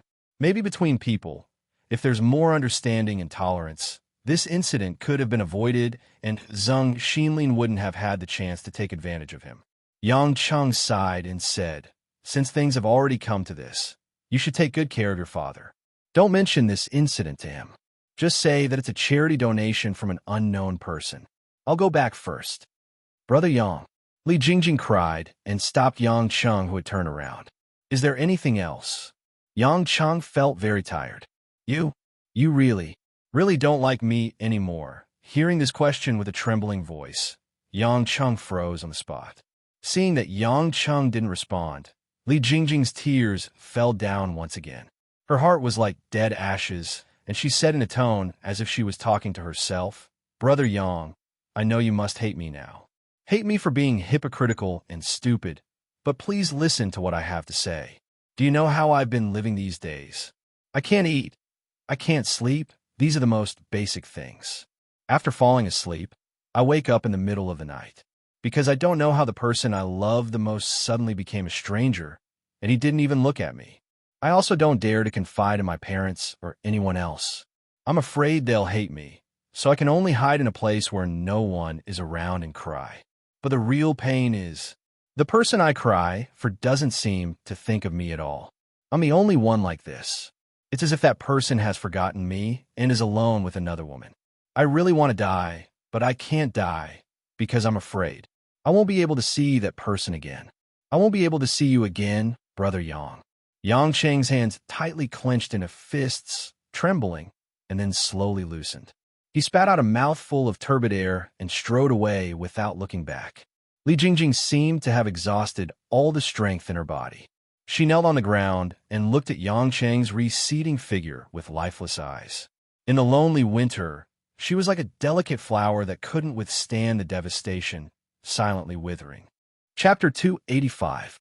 Walking out of the hospital and back to his car, Yang Cheng locked the door, rolled down the window, and started smoking in silence. The white smoke drifted out from the car window into the air. In the empty parking lot, it seemed very quiet and peaceful. Yang Cheng tried his best to erase Li Jingjing's last words and that heart-wrenching expression from his mind. He sorted out his thoughts and went through the entire incident and the current situation. Although it was Zheng Xinlin's way of taking revenge, it was also because he didn't handle it properly and gave Zheng Xinlin an opportunity. Yang Cheng didn't really hate Zheng Xinlin as he thought too highly of him. Of course, he definitely didn't like him. However, no matter in the business world or in love, scheming against each other was a very normal thing. It wasn't strange for him to have fallen this time. However, Yang Cheng also realized that although Zheng Xinlin's company had left Zhonghai, the troubles related to him might not be completely cut off. It seemed like he had to take some measures. Of course, the simplest and most direct method was to kill him. However, Zheng Xinlin wasn't the only member of the Zheng family in Beijing. Killing one person would affect the entire family. Even if he killed him secretly, with the Zheng family's power, it wouldn't be difficult for them to trace it back to him. Even if they didn't dare to fight him head-on, it was hard to perfectly guard against the people around him. A cornered dog will jump over a wall, and a cornered rabbit will bite. Since he had returned to the country, he hoped to live a peaceful and comfortable life. He couldn't continue his days of killing whoever he disliked. Not to mention other things. Although his brain was still stable, it was hard to guarantee that he would lose control if he had too many murderous thoughts. If he lost his rationality and the people who understood him weren't by his side, it wasn't impossible for him to do something horrifying and irreversible. If there was anything in this world that Yang Cheng was truly afraid of, it would be himself who had lost his rationality. After thinking about it, it seemed that getting someone else to help him get rid of Zheng Xinlin was the most appropriate method. As for who would do it, it was a problem that needed to be considered. Just as Yang Cheng was thinking, his phone vibrated. Yang Cheng took a look and saw that it was Molin, the captain of the Sea Eagles. "Your Majesty Pluto, there's an abnormal situation at your residence," Molin said in a serious tone. Yang Cheng frowned. "Tell me in detail." "Through our surveillance equipment, we reported to the team members on duty that 10 minutes ago, we found no less than 20 people who have received professional training and are similar to 4 mercenaries, hiding near your residence. There's also a Lincoln car with an unfamiliar license plate parked behind your house. I can't tell what's going on inside. It seems to be waiting for you to return to the villa." Yang Cheng's face turned cold. It seemed that before he could make a move, someone else would be too late. Was this the so-called first move to gain the upper hand? "Help me keep an eye on them. Don't let them do anything dangerous." "Yes, Your Majesty Pluto. As long as you give the order, our 2 members on duty can eliminate those mercenaries within 5 minutes. Their strength can only be considered second-rate in the international arena," Molin said expectantly. Yang Cheng smiled. "No need. I know your hands are itching, but I want to do it myself. But they aren't worthy enough for you to personally deal with them." Molin seemed a little surprised. "Molin, sometimes the reason for making a move is more important than the goal," Yang Cheng said plainly. Molin didn't say anything else. He seemed to sense that Yang Cheng wasn't in a good mood. 10 minutes later, Yang Cheng returned to the Dragon Garden Villa. He seemed to be completely unaware of the various hidden corners and corners around him. He only walked into the house with a gloomy expression. At home, Mother Wang sensed that something was wrong. When she saw Yang Cheng return, she asked with concern, "Young master, what happened just now? Why did Miss suddenly run into her room and not come out?" Yang Cheng smiled gently. "Don't worry. It's a little complicated, but I'll take care of it." Mother Wang saw that Yang Cheng wasn't willing to say much, so she didn't ask anymore. However, she was deeply worried, and it was obvious that she couldn't let it go. At this moment, the villa's doorbell rang. Mother Wang was slightly surprised. She wanted to open the door, but Yang Cheng stopped her. "Mother Wang, I'll open the door," Yang Cheng said. Walking to the door, Yang Cheng opened it. There were 2 familiar faces outside the door. However, Yang Cheng was a little surprised to see them. One of them was naturally Zheng Xinlin, whom Yang Cheng had expected. He was still as handsome as ever, and was looking at Yang Cheng with a teasing expression. The other person was actually Su Jihong, who had escaped overseas after his accomplice, Dongxing, was annihilated. Su Jihong seemed to have aged a few years. He was originally in his 20s, but there were a few signs of aging on his face. His beard wasn't very smooth, and his hair had grown a lot longer. He was wearing a slightly untidy suit, and the way he looked at Yang Cheng was like a venomous snake that wanted to devour and bite him. "Long time no see, Yang Cheng," Su Jihong said with a hideous smile. With a smile on his face, Yang Cheng made way for him indifferently and made a pleased gesture. It has indeed been a while. It seems like your food hasn't been that good recently. Don't you want to come in and have a seat?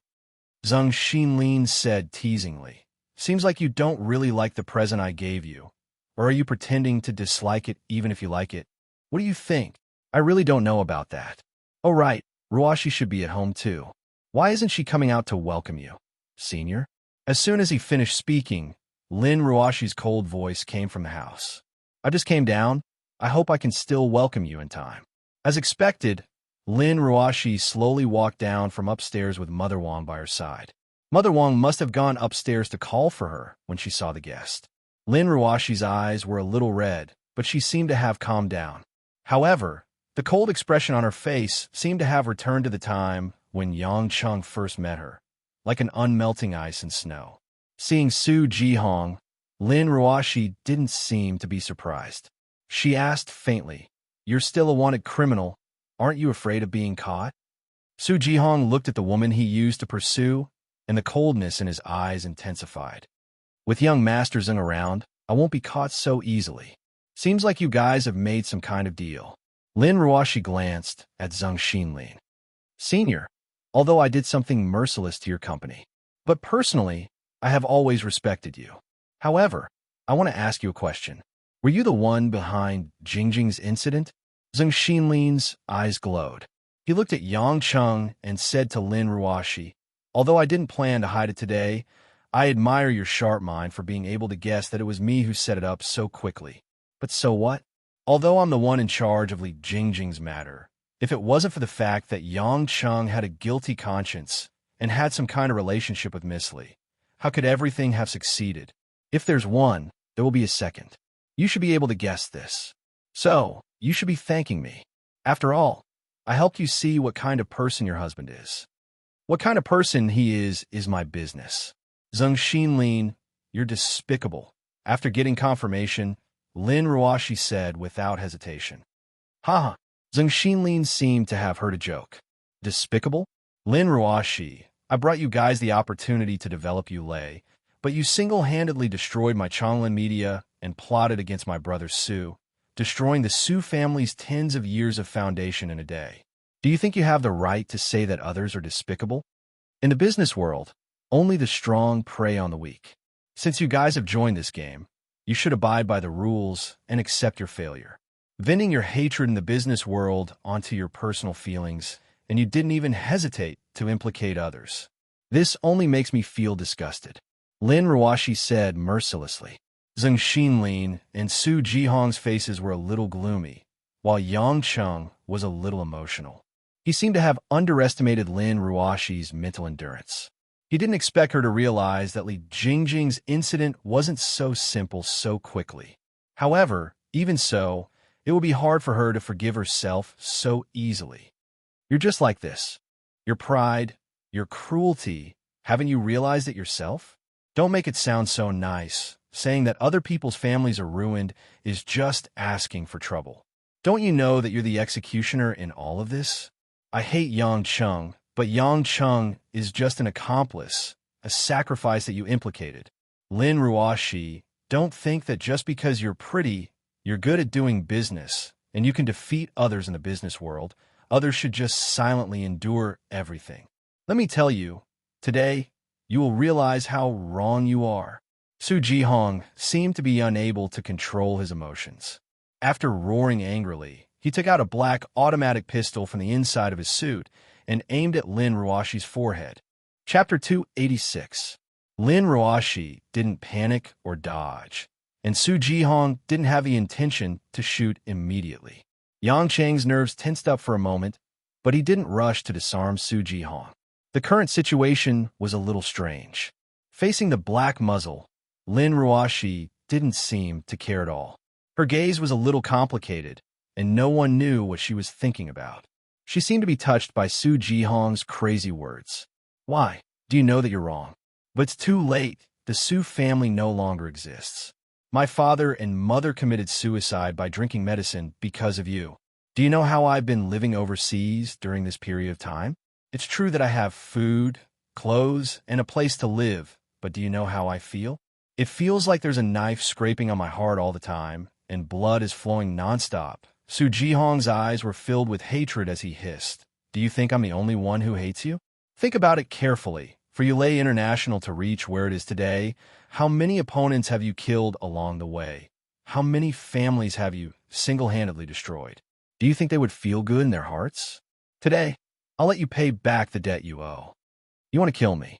Lin Ruoshi seemed to be asking, but also seemed to be talking to herself. "Killing you would be letting you off lightly." Su Jihong laughed. "Maybe before I kill you, we can have some fun. No matter what, I've chased you for so many years." Lin Ruoshi didn't say anything, as if she didn't care about all this. She just looked at Su Jihong without backing down. Seeing this gaze, Su Jihong was so angry that he laughed instead. "It's still this gaze. Do you know, I hate this kind of indifferent gaze the most. Do you think you're a goddess? What right do you have to look at me like that?" Zheng Xinlin patted Su Jihong's shoulder and sighed. "Young Master Su, everything will be settled today. You don't have to be so agitated. After I'm done, you can do whatever you want with this woman." With that, Zheng Xinlin took a stack of documents from an attendant behind him and smiled at Lin Ruoshi. "General Lin, before you're taken away by young Master Su, I hope you can finish signing these documents patiently. This way, it will be of great benefit to your company." "What?" Lin Ruoshi asked. "This is the transfer certificate of Yulei International shares. I think since you're about to leave this world soon, you might as well hand over 90% of Yulei International shares and your billions of assets to the country. I'll definitely help you manage the foundation you've built," Zheng Xinlin said with an evil smile. Lin Ruoshi said with a slightly mocking tone, "It seems that you're not doing well. You're actually anxious to the point of forcing me to transfer my shares to you even if you have to bear the slanderous gossip. Is it because the failure I gave you caused you to lose the support of your family? Is that why you joined hands with Su Jihong?" Zheng Xinlin's face darkened. "Do you know? Just like young Master Su, I really hate women like you who usually don't speak but always have a lot of thoughts. Your words make me lose face." Back then, Changlin Media's huge failure had indeed caused Zheng Xinlin to lose a large amount of support from the Zheng family in Beijing. Even though some elders still trusted him, most of them started to doubt him. Zheng Xinlin's prestige could be said to have plummeted, and he was no longer being taken care of by his family. Harboring the hatred in his heart, Zheng Xinlin contacted Su Jihong, who was far away overseas.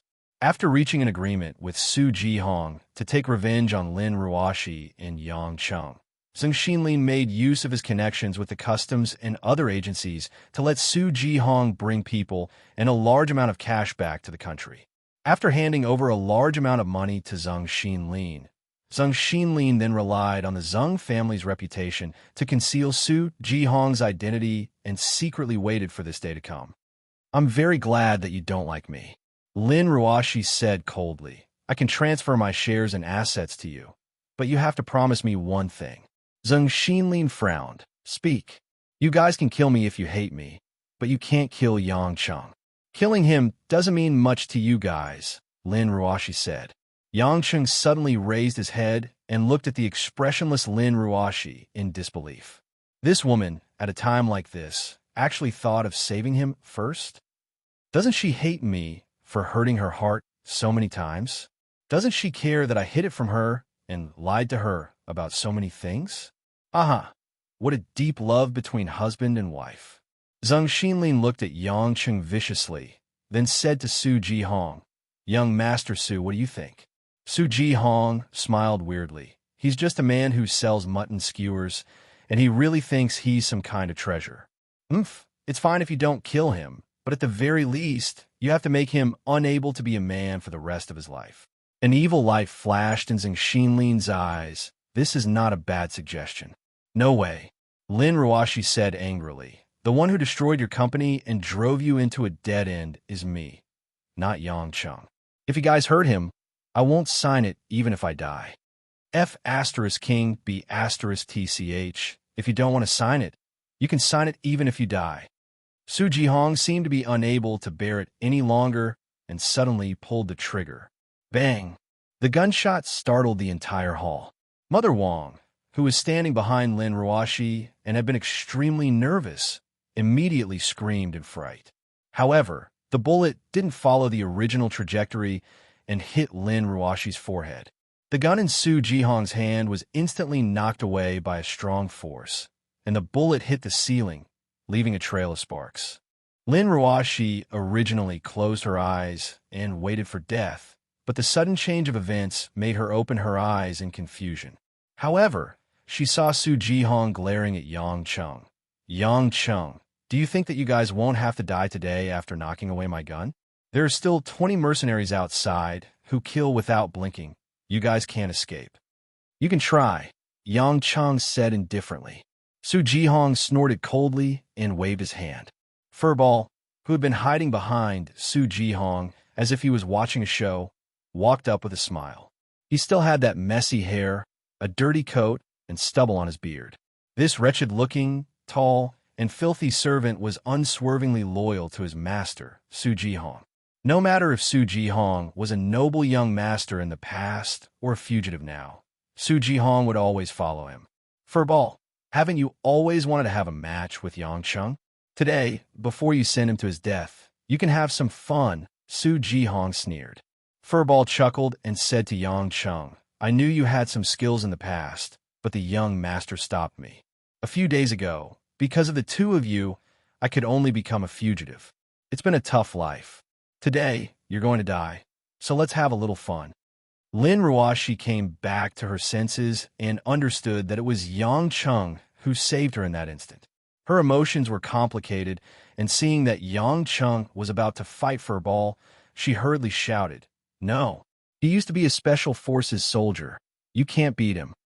Why not? It's useless even if you want to escape. Today, we have the final say, Su Jihong sneered. Yang Cheng smiled at Lin Ruashi and gave her a reassuring look. On a day like today, it seemed like he had to make some things public in front of this woman. No matter what happened between the two of them in the future, hiding his past seemed rather selfish. However, Lin Ruashi could not understand Yang Cheng's calm expression. Her heartbeat involuntarily sped up, feeling that something unimaginable was about to happen. Harry Ball flung his coat to the side, leaving only a black sweater inside, tightly clinging to his muscular body. Making a martial arts dance, he winked at Yang Cheng. Yang Cheng glanced at him. Although you're a little sloppy, you're very loyal to your master. Looking at your stance, you should be an Aikido expert, but you're not my opponent, so you should give up. I can let you live and collect your master's corpse later. Furball was stunned, as if he was surprised that Yang Cheng had seen through his background in an instant. But then he chuckled and said, You said it yourself, I'm loyal to our boss. My life was given to me by the boss, so even if I lose to you today, I'll still give my all. Fine then. Yang Cheng sighed and extended his right hand toward Furball's neck. He planned to deal a fatal blow so as to save Furball too much pain. On the side, Lin Ruashi and Mother Wong saw that Yang Cheng had suddenly become a different person, steady and domineering. This feeling caused the two to freeze in place as they looked at Yang Cheng with misty eyes, as if they did not recognize this man that they had spent so much time with. At the same time, Furball instantly sensed that Yang Cheng's slow-motion attack was actually so oppressive that it found it difficult to breathe. He was indeed an Aikido master, and he was particular about using softness to overcome hardness, borrowing strength to fight strength. Against Yang Cheng's slow-motion attack, he was somewhat flustered, so he tried to dodge and attack from the side. However, Yang Chen's hand suddenly sped up, following Furball's movement trajectory, and unexpectedly grabbed Furball's neck a step ahead. Furball's two hands almost simultaneously tried to block Yang Cheng's arm. However, when Furball's hand came into contact with Yang Chen's arm, Furball was horrified to discover that Yang Chen's arm was like the coldest composite metal. Despite being hit by his full strength, Yang Chen's arm didn't even budge an inch. How is this possible? Furball inwardly screamed. He had known Yang Cheng for so long, and he had always treated him as a toy, but only now did he realize how wrong he was. Had he never been on the same level as him? But the next moment, he lost the chance to think. Croc! Yang Cheng did not give Furball any extra time. With a slight twist of his hand, Furball stopped breathing. This sloppy man, whom he had interacted with ever since he first met Su Ji-hong, had finally left this world in such a simple and straightforward manner after so long. Furball, Su Ji-hong let out a cry of shock, as if he could not believe that his most loyal subordinate, who had followed him for so long, had his neck snapped by Yang Cheng in such a short period of time. Zheng Xinlin used to be an outstanding Special Forces soldier, so he had a rough idea of Furball's combat strength. He finally realized that the situation in front of him was not as easy to deal with as he had imagined. He abruptly pulled Su Ji-hong's hand and exited the house. Then, with a wave of his hand, 20 masked mercenary soldiers armed with submachine guns, who had been lying in ambush around the villa, rushed out from various dark corners and bushes and aimed their guns at the door. The two bodyguards also stood in front of Zheng Xinlin and Su Ji-hong, nervously looking at Yang Cheng, who was standing by the door. Inside the door, Lin Ruoxi, who had seen Yang Cheng kill a person in the blink of an eye, widened her watery eyes and was speechless. Everything in front of her had subverted all her senses of Yang Cheng, as if she had come to another world. As for Mother Wang, she had already fainted on the ground the moment the person died and was unconscious. Shoot! Shoot! Kill this man right now. Zheng Xinli no longer cared about snatching Lin Ruoxi's assets. At this moment, he only wanted to get rid of this dangerous man immediately. Chapter 287. The 20 international mercenaries were all brought back from overseas by Su Ji-hong. Although they weren't the best and weren't even the best, they were all from the regular army of a small South Asian country. They had been operating in the international waters and disputed territories all year round and were originally tough outlaws. Although they saw that Yang Cheng had extraordinary skills, they weren't afraid at all. Although the Type 56 semi-automatic submachine guns that had accompanied them for many years were full of holes, they still shot out deadly sparks without hesitation. The 20 rifles that had a shooting range of close to 300 meters shot at the same time, aiming at various parts of Yang Cheng's body. The firepower was extremely concentrated. The piercing sound of the machine guns seemed to have caused the entire ground to tremble. Zheng Xinlin and Su Ji-hong's faces were filled with ferocious and crazy smiles, because they were sure that Yang Cheng would be smashed into pieces in the next moment. Lin Ruoxi, who was standing at the same spot in disbelief after seeing Yang Cheng kill people, suddenly woke up from her daze. Her panic and confusion were swept away at this moment, and what was left was a bone-chilling palpitation. However, the bloody scene that they had expected was different. The 20 mercenaries aimed and fired at the same time, but there wasn't even a single drop of blood. Everyone present felt their vision blur. The place where Yang Cheng was originally standing had already disappeared. In the hall behind Yang Cheng, a black high-end water dispenser was shot into pieces by the machine guns. The 20 mercenaries instantly felt lost, but soon after, an overwhelming murderous aura suffocated their battle-hardened hearts. Pa! Hearing a dull thud, everyone turned to look at the edge of the battlefield. Yang Chun had moved to the leftmost side of the 20 mercenaries. He stood next to the mercenary at the side and slapped the strong mercenary's head with a seemingly slow but fast slap. That mercenary didn't even have time to defend himself, and his head was hit by this slap. Like a brittle watermelon being hit by a huge iron plate, it was instantly smashed into pieces. Red and white objects, as well as various head organs connected to flesh and blood, scattered in all directions like a rain of blood, splattering on the faces and bodies of some of the surrounding mercenaries before landing on the green lawn. Everyone's eyes widened. Even the mercenaries who were numb to killing couldn't imagine such a straightforward but extremely cruel method of killing.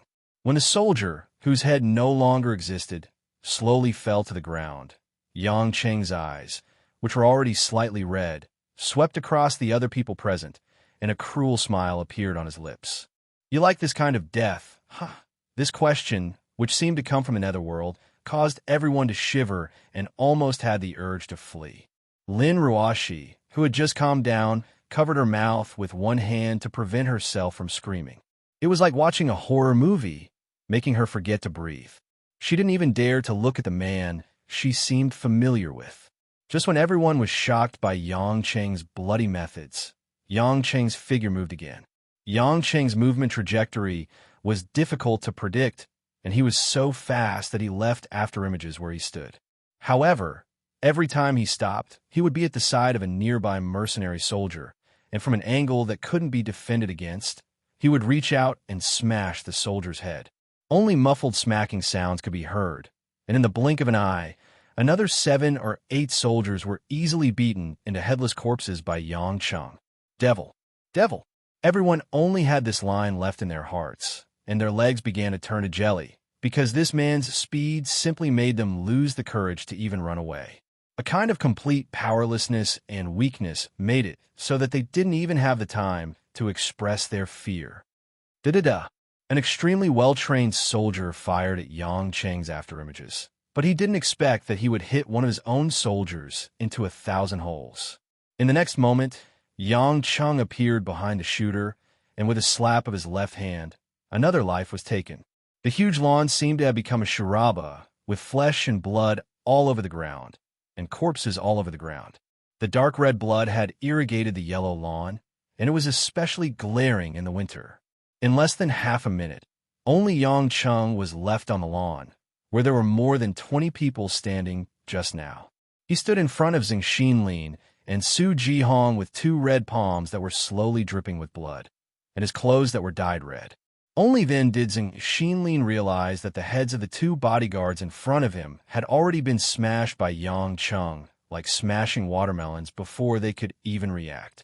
There was even a bloody smell on Zhang Xinlin's face. You guys shouldn't have come back.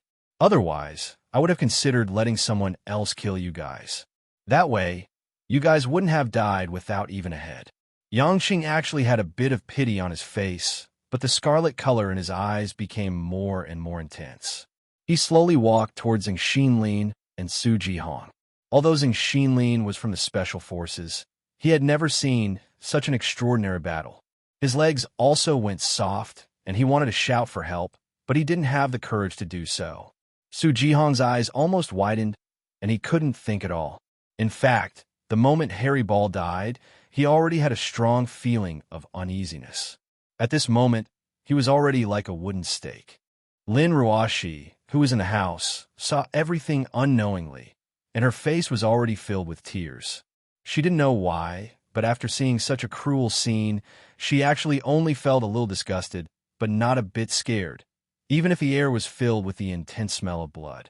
This man's back view was cold and solemn, like a back view that was illuminated by a pale light on a dark stage. It was so strange, yet so pitiful. Yang Cheng, stop! A hurried female voice suddenly shouted from not far away. A black 5 Series BMW, which was driving a speed of 150 to 60 kilometers per hour, drove to the front of the house from afar. After a sudden turn, 3 anxious figures ran out from the car. Yang Cheng glanced at them indifferently. They were Kai Ning, Sky Dragon, whom he hadn't seen for a long time, and another unfamiliar skinny and tall man. Yang Cheng, I'm Mo Phone from the group of 8 from Beijing. The tall and skinny man said loudly, You can't kill Zhang Xinlin. If you offend the Zhang family, it will bring you even more trouble. Sky Dragon frowned and said, Yang Cheng, calm down first. This isn't something that can be solved by killing people. Yang Cheng was indifferent, and the scarlet color in his eyes didn't change at all. However, Zhang Xinlin, who just felt that he was going to die, shouted in surprise, Cousin Mo Phone, you're finally here. Quick, save me. Mo Phone nodded solemnly and said to Yang Cheng, you've already killed so many people. You should be satisfied and stop. The general sent me and Sky Dragon from Beijing to stop you from killing Zhang Xinlin. It's for your own good. He's the most valued descendant of the Zhang family. If you kill him, the Zhang family won't let this matter go. Be satisfied. Yang Cheng suddenly laughed out loud and looked at Mo Phone with a playful gaze. You're Zhang Xinlin's cousin, right? That's right, but my suggestion is for your own good. If you kill him, can you kill everyone from the Zhang family? Mo Phone questioned. Yang Cheng had a look of realization and said coldly, Whether or not I can kill everyone is my business. However, since you're his cousin and you've come to me, if you dare to stop me, I'll kill you first and then him. You, don't be too arrogant. Mo Phone was so angry that his face turned red. Due to his arrogance, He wanted to attack Yang Chung immediately. However, Sky Dragon, who knew how terrifying Yang Chung was, immediately grabbed Mo phone when he heard Yang Cheng's murderous words and shouted, "You can't go and die." Sky Dragon was the leader of Group of 8, so Mo phone couldn't break free even if he wanted to. Yang Cheng didn't care about Mo phone anymore. His body teleported again and appeared in front of Zheng Xinlin and Su Jihong. "Since you're here to take revenge on me, then you can all die together." After he finished speaking, his left and right hands slapped their heads at the same time. Just like everyone else who died before, the heads of the two geniuses turned into two clouds of blood mist under Yang Cheng's palms with their final look of despair. Kai Ning closed her eyes and turned her head away, not daring to look at this scene. Sky Dragon let go of Mo phone, who was completely stunned. Mo phone, whose eyes were red, was stiff all over, as though he couldn't believe that everything had happened under his eyes. Yang Chung turned around and asked Mo phone, "How is it?" "I've killed him. If you want to die with him, I can help you." The corner of Mo Feng's mouth twitched violently as he said in a hoarse voice, "You're a beast. A beast. I'm a beast, so I kill beasts too." Yang Chung grinned and said, "If you want to make a move, then hurry up. If you want to scold me, then I won't accompany you. If I didn't have some friendship with the two beside you, I would have killed you right now. So if you want to live, you'd better disappear quickly." Sky Dragon looked at Yang Chung with a complicated and helpless expression and pulled Mo phone. "Let's go. You can't stop your cousin's death. The general didn't give you the order to make a move. We can go back now." Mo phone clenched his fists tightly and looked at Yang Chung one last time before returning to the car with Sky Dragon. Kai Ning looked at Lin Ruoshi, who was in a daze, and sighed faintly. She said to Yang Chung, "We've temporarily sealed off this area. No one will enter. I'll get someone to cover up the traces of fighting here. However, the Zheng family won't let this go so easily. You'd better be prepared. If you cause too much of a commotion, even if we don't want to, we'll definitely come out to stop you." Yang Chung was silent. Kai Ning hesitated for a while and finally said, "She must find it hard to accept. Go and comfort her." After that, Kai Ning quietly returned to the car, which quickly left the scene. Yang Chung took out a small medicine bottle from his coat pocket and poured out 2 pills before swallowing them quietly. He painfully closed his eyes for a while. When he opened them again, the scarlet color in his eyes gradually dissipated. After letting out a long sigh, Yang Chung turned around and walked back into the house. His mood was heavier than when he had just killed someone. Chapter 288. Lin Ruoshi stood at the same spot. Ever since Yang Chung started killing people, she hadn't moved even half a step. At this moment, seeing the man whose hands were covered with blood and half of his body was dyed red, as if he had been soaked in blood, Lin Ruoshi finally, subconsciously took half a step back. Yang Chung raised his lowered head and noticed the panic in Lin Ruoshi's eyes. The corner of his mouth curled up into a sad smile. "Scared?" Yang Chung asked in a low voice. Lin Ruoshi's 2 white hands clenched into fists, her knuckles turning white. Her delicate body trembled slightly. After a long time, she shook her head. It's all right." Yang Chung laughed at himself. "You don't have to say that. Sooner or later, you'll see this scene, see me like this. In the past, I deliberately avoided it, but today, I think there's no need to hide anymore. As long as it's a normal woman, oh no, as long as it's a normal person, they wouldn't want to see me like this." Lin Ruoshi looked at Yang Chung with tears in her eyes. Hearing Yang Cheng's words, she felt a stabbing pain in her heart. She wanted to say something to comfort him, but there were too many questions, too many complicated thoughts. When the words came to her mouth, she couldn't say a word. What kind of person was he in the past? Why did he kill people so cruelly?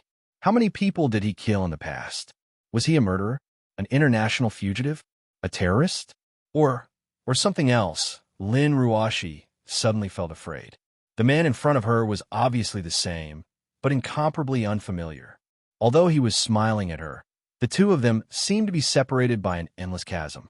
This kind of feeling, other than heartache and fear, there was actually no trace of joy, even if she relied on his strength to survive. Seeing that Lin Ruoshi had fallen into a silent state, Yang Chung felt a kind of uncomfortable but relieved feeling spontaneously. In the end, he still had to face all of this. It was a punishment, but also a kind of redemption. After a moment of silence, Yang Chung sorted out his thoughts and said sincerely, Ruashi, I know that you definitely wish for me to disappear from your sight right now. Tonight, you will probably have nightmares, right? I'm sorry, I also didn't want this to happen. But the matter that happened to Jingjing today, although it was Zheng Xinlin who instigated it, is also my responsibility. I have indeed done a lot of things to let you down. I'm not a good husband. Even now, I can't do it for you. I can't give up the other women who love me with their lives. Some you know, some you don't, but to me, they're all the same. They're the third party, but they're also the people I like and care about. I admit that I am very greedy. I am very hateful. I do not want to lose you, but I do not want to lose any of them. When I saw you running back to your room today, I also looked down on myself a little. Therefore, although I could have chosen not to attack those people just now, I still did it in front of you. If I choose to continue staying here, then I should tell you the real me.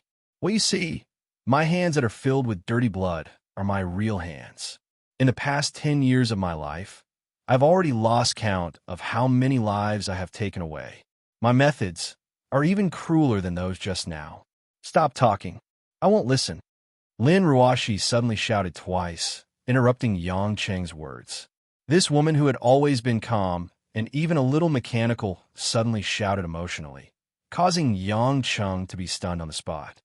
If I don't allow you to say it, you are not allowed to say it. Who wants to know what you were like in the past? You used to be a mutton skewer seller. Do you think I will believe your fabricated story? I don't want to listen. Lin Ruashi turned around and squatted down. It was unknown where she got the strength from, but she helped the fainted Mother Wang up, dragged her to the sofa, and then said to Yang Cheng, What are you still doing? You are so dirty. Why don't you go take a bath? Yang Cheng smiled bitterly. Ruashi, I have chosen to be honest. You don't need to help me escape. To be honest, I am very grateful that you did not run away because of me. I am sincere. Lin Ruashi's body trembled slightly, turned her head, and said coldly, I don't know what you're talking about. It doesn't matter if you understand or not. I've already let you see something that I hoped you would never see. I know you can't accept it, but who can? Yang Cheng said softly, I am very grateful that you have tried to accept me, but I think it is time for me to leave.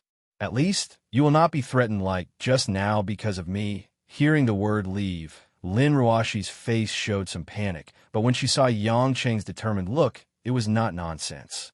Don't be too arrogant, Yang Cheng. Lin Ruashi suddenly turned around and said coldly, When did I say that I want to accept you? What does your affairs with other women have to do with me? Do you think that I will really fall in love with you? Don't think that I like you just because I treat you a little better. Even if it is a cat or a dog, after staying in my house for a long time, my attitude will become better. Yang Cheng, let me tell you, you married me with a contract before the contract. I will not allow you to leave. Do you hear me? Looking at Lin Ruashi, who was crying so loudly that her eyes were red, Yang Cheng was stunned and could not say a word. Isn't it just that I am good at killing people? Isn't it just that I am cruel? Didn't you hear just now? Since I took over Ulay International at the age of 20, I have stepped on the corpses of other companies, made countless people lose their jobs, and broke countless families in an instant. Just like the last time I used you in Qianni, and used a conspiracy to get rid of Changlin Media and the Su family. If we are talking about cruelty, how much better am I than you? Just like Su Jihong, there are many people in Zhonghai who want to hold a gun to my forehead and shoot a hole. But so what? This is how I grew up. If I didn't do this, there would be no Lin Ruashi living in front of you now. You destroy people's lives, I destroy business opponents, and destroy the future of families. Do you think that you're so great in front of me? Ruashi, Yang Cheng was stunned and called out slowly. Lin Ruashi closed her eyes and let her tears stop. Because she was too emotional, she was panting. After a moment of silence, she continued with a somewhat reminiscing tone. In the days before my grandmother passed away, she told me a story on her sickbed. Once upon a time, there was a highly poisonous scorpion. He wanted to cross a fast-flowing river, but the scorpion could not swim, so he asked the frog to take him across the river. The frog was unwilling and thought that the scorpion would sting him. But the scorpion said, "If I stung you, I would also drown in the river, so why should I sting you?" The frog thought that it was very reasonable, so he agreed. However, when the frog carried the scorpion to the middle of the river suddenly became rapid, and the scorpion was afraid. At the moment of fear, the scorpion stung the frog. The frog was immediately poisoned and wanted to sink into the water. Confused, the frog asked the scorpion, "Why did you sting me? Wouldn't you die like this?" At that time, the scorpion said, "I don't want to either, but this is how I live. I know that I won't have a good ending, but I still stung you like crazy. This is an instinct that I can't resist." Yang Chung felt an electric current flashing through his brain, and his body trembled. Lin Ruoshi bit her lips miserably, stared at Yang Cheng's face, and sneered. "Now, do you understand why I always keep people at arm's length? Do you understand why I'm always alone? Just like you think that you will kill me because of your instinct, I'm also afraid that my instinct will kill others. You and I are both poisonous scorpions, and we are both living monsters because of our instinct. In the eyes of others, we are crazy. We won't be able to stab anyone to death. Only we will get ourselves killed." Chapter 289.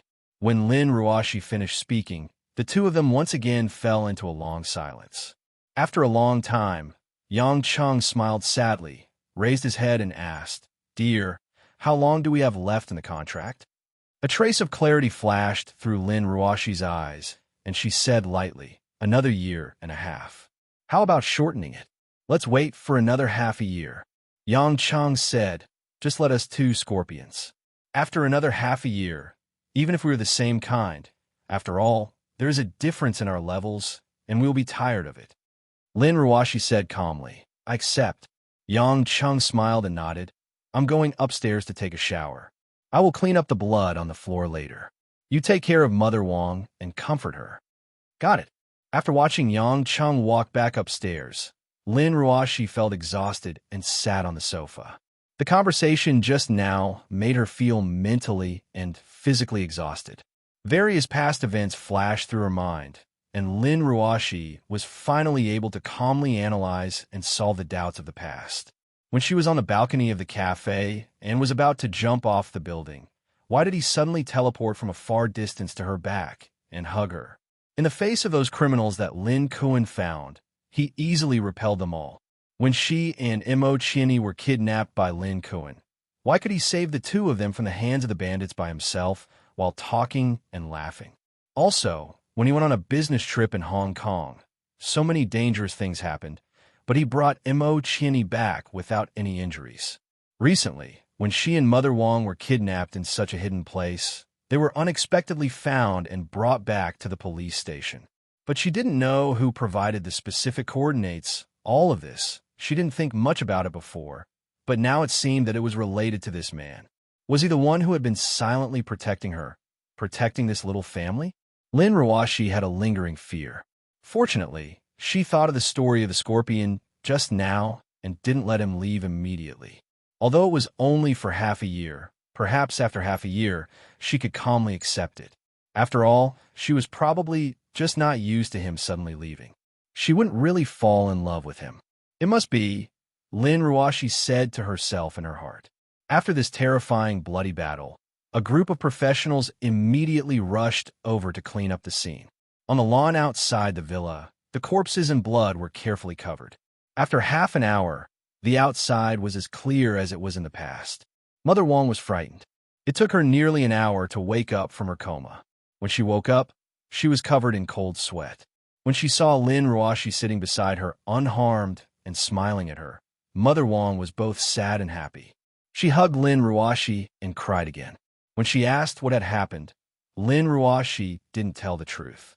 She only said that someone had come to rescue them and that Yang Chung had only killed Furball. But because it was self-defense, the police didn't question him after they came. Although Mother Wong had a lot of doubts, she knew that Lin Ruoshi and Yang Chung were fine, so she didn't ask anymore. After all, she was an old and wise elder. There were many things that she didn't need to understand too clearly. Mother Wang was more concerned about the safety of the younger generation. After washing off the blood, Yang Cheng changed into a clean set of clothes and came downstairs. Seeing that Mother Wang was fine, he smiled and said, "Mother Wang, you were frightened. It won't be like this next time." Mother Wang said sorrowfully, "It's not a big deal that I was scared. Fortunately, Miss and young master are fine.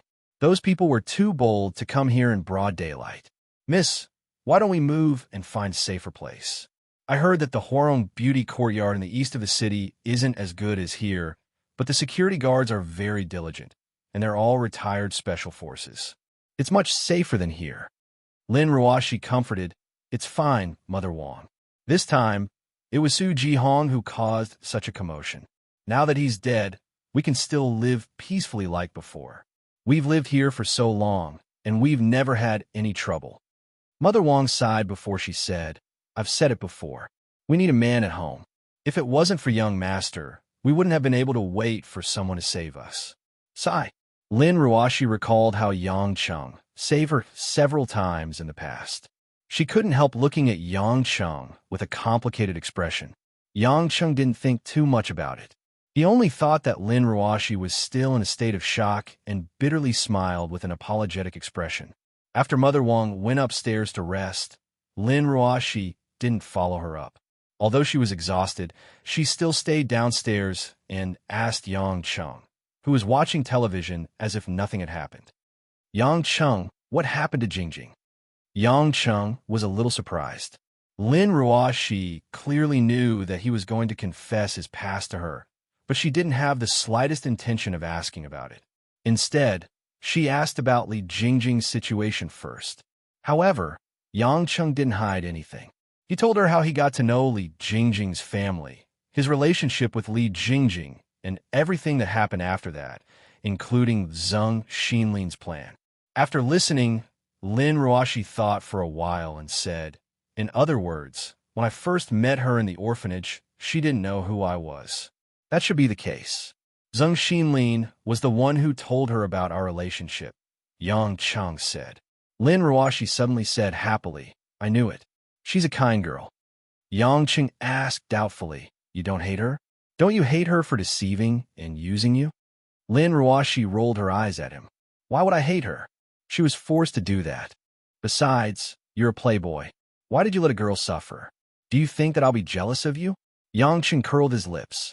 It seemed that the Lin Ruoshi of the past had returned. This woman had started to criticize and attack him again. "All right, how's Jingjing's father's illness?" "No, Zheng Xinlin is dead now. There might be a problem with her father's surgery fees.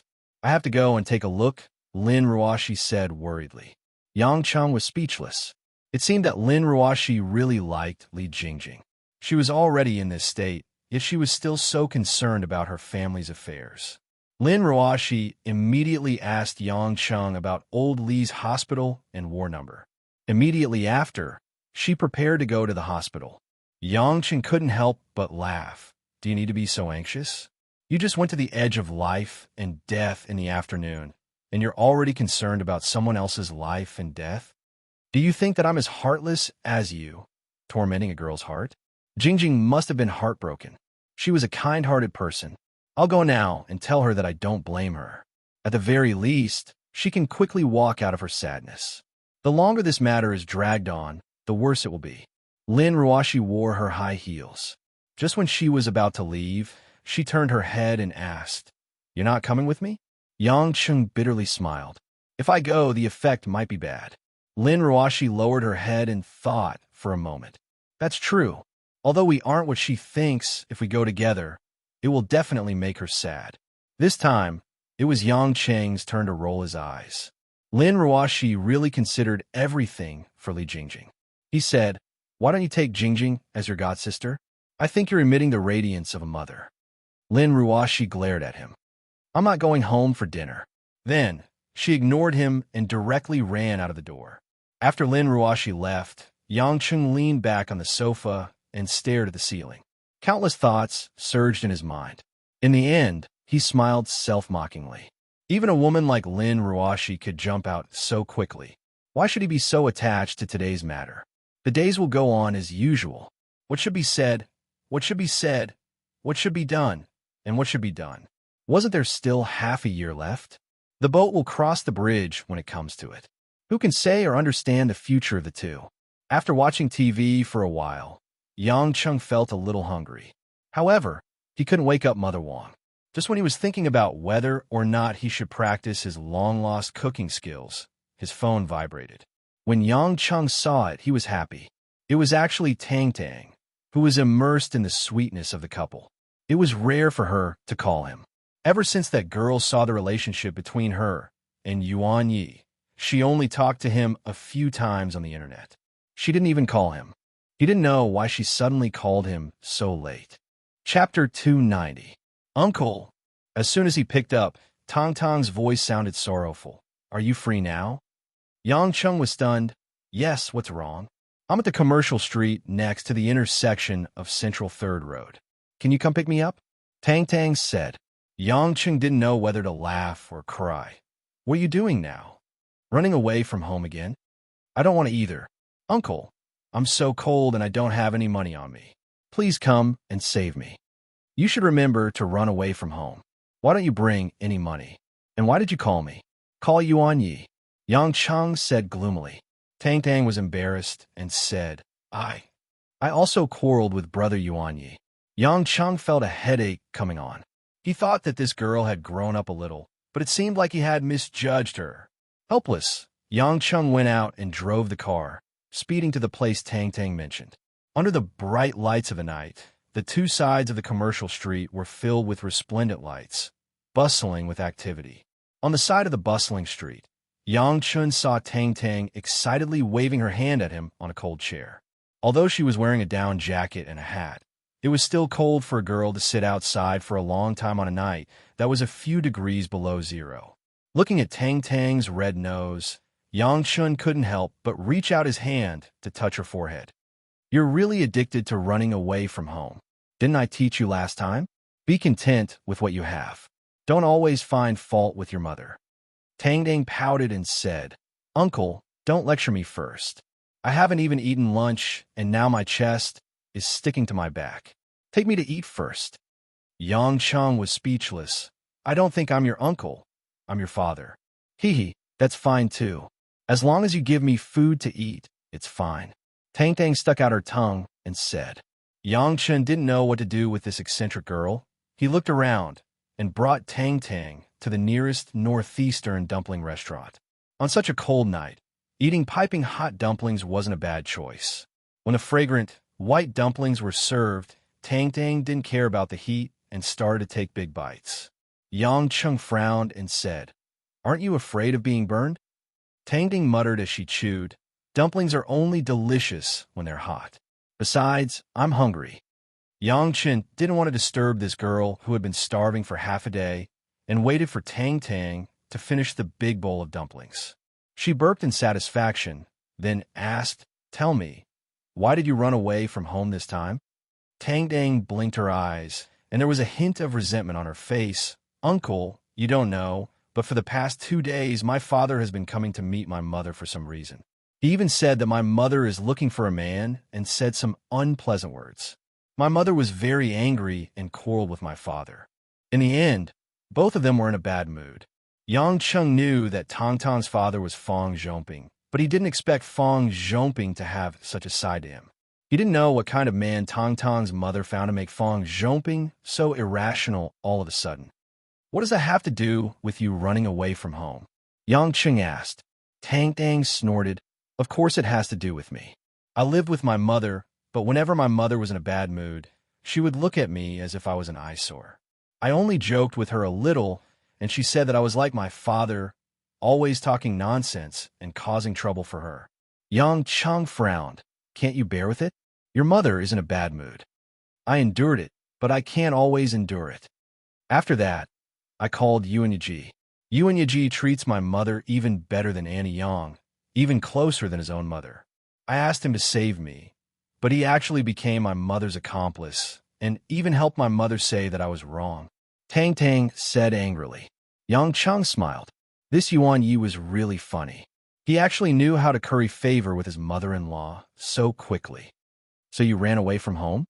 Yang Chun asked with a smile. And I don't want to see my mother, and I don't care about you and Yaji anymore. They only know how to bully me. Tang Tang said. Her eyes were still a little moist, and her pitiful look made one's heart ache. Yang Chun didn't know how to persuade her. After paying the bill, he took Tang Tang for a walk on the street. When they walked to the small park at the end of the commercial street, Tang Tang suddenly stopped and said, Uncle, let's go in and sit down, okay? Are you tired? Yang Chun asked. No, I just want to sit here for a while. Yang Chun saw that it was past 8 in the evening, and it was still early to get home. He followed the girl's wishes and found a wooden chair in the park to sit down. Tang Tang leaned towards Yang Chun.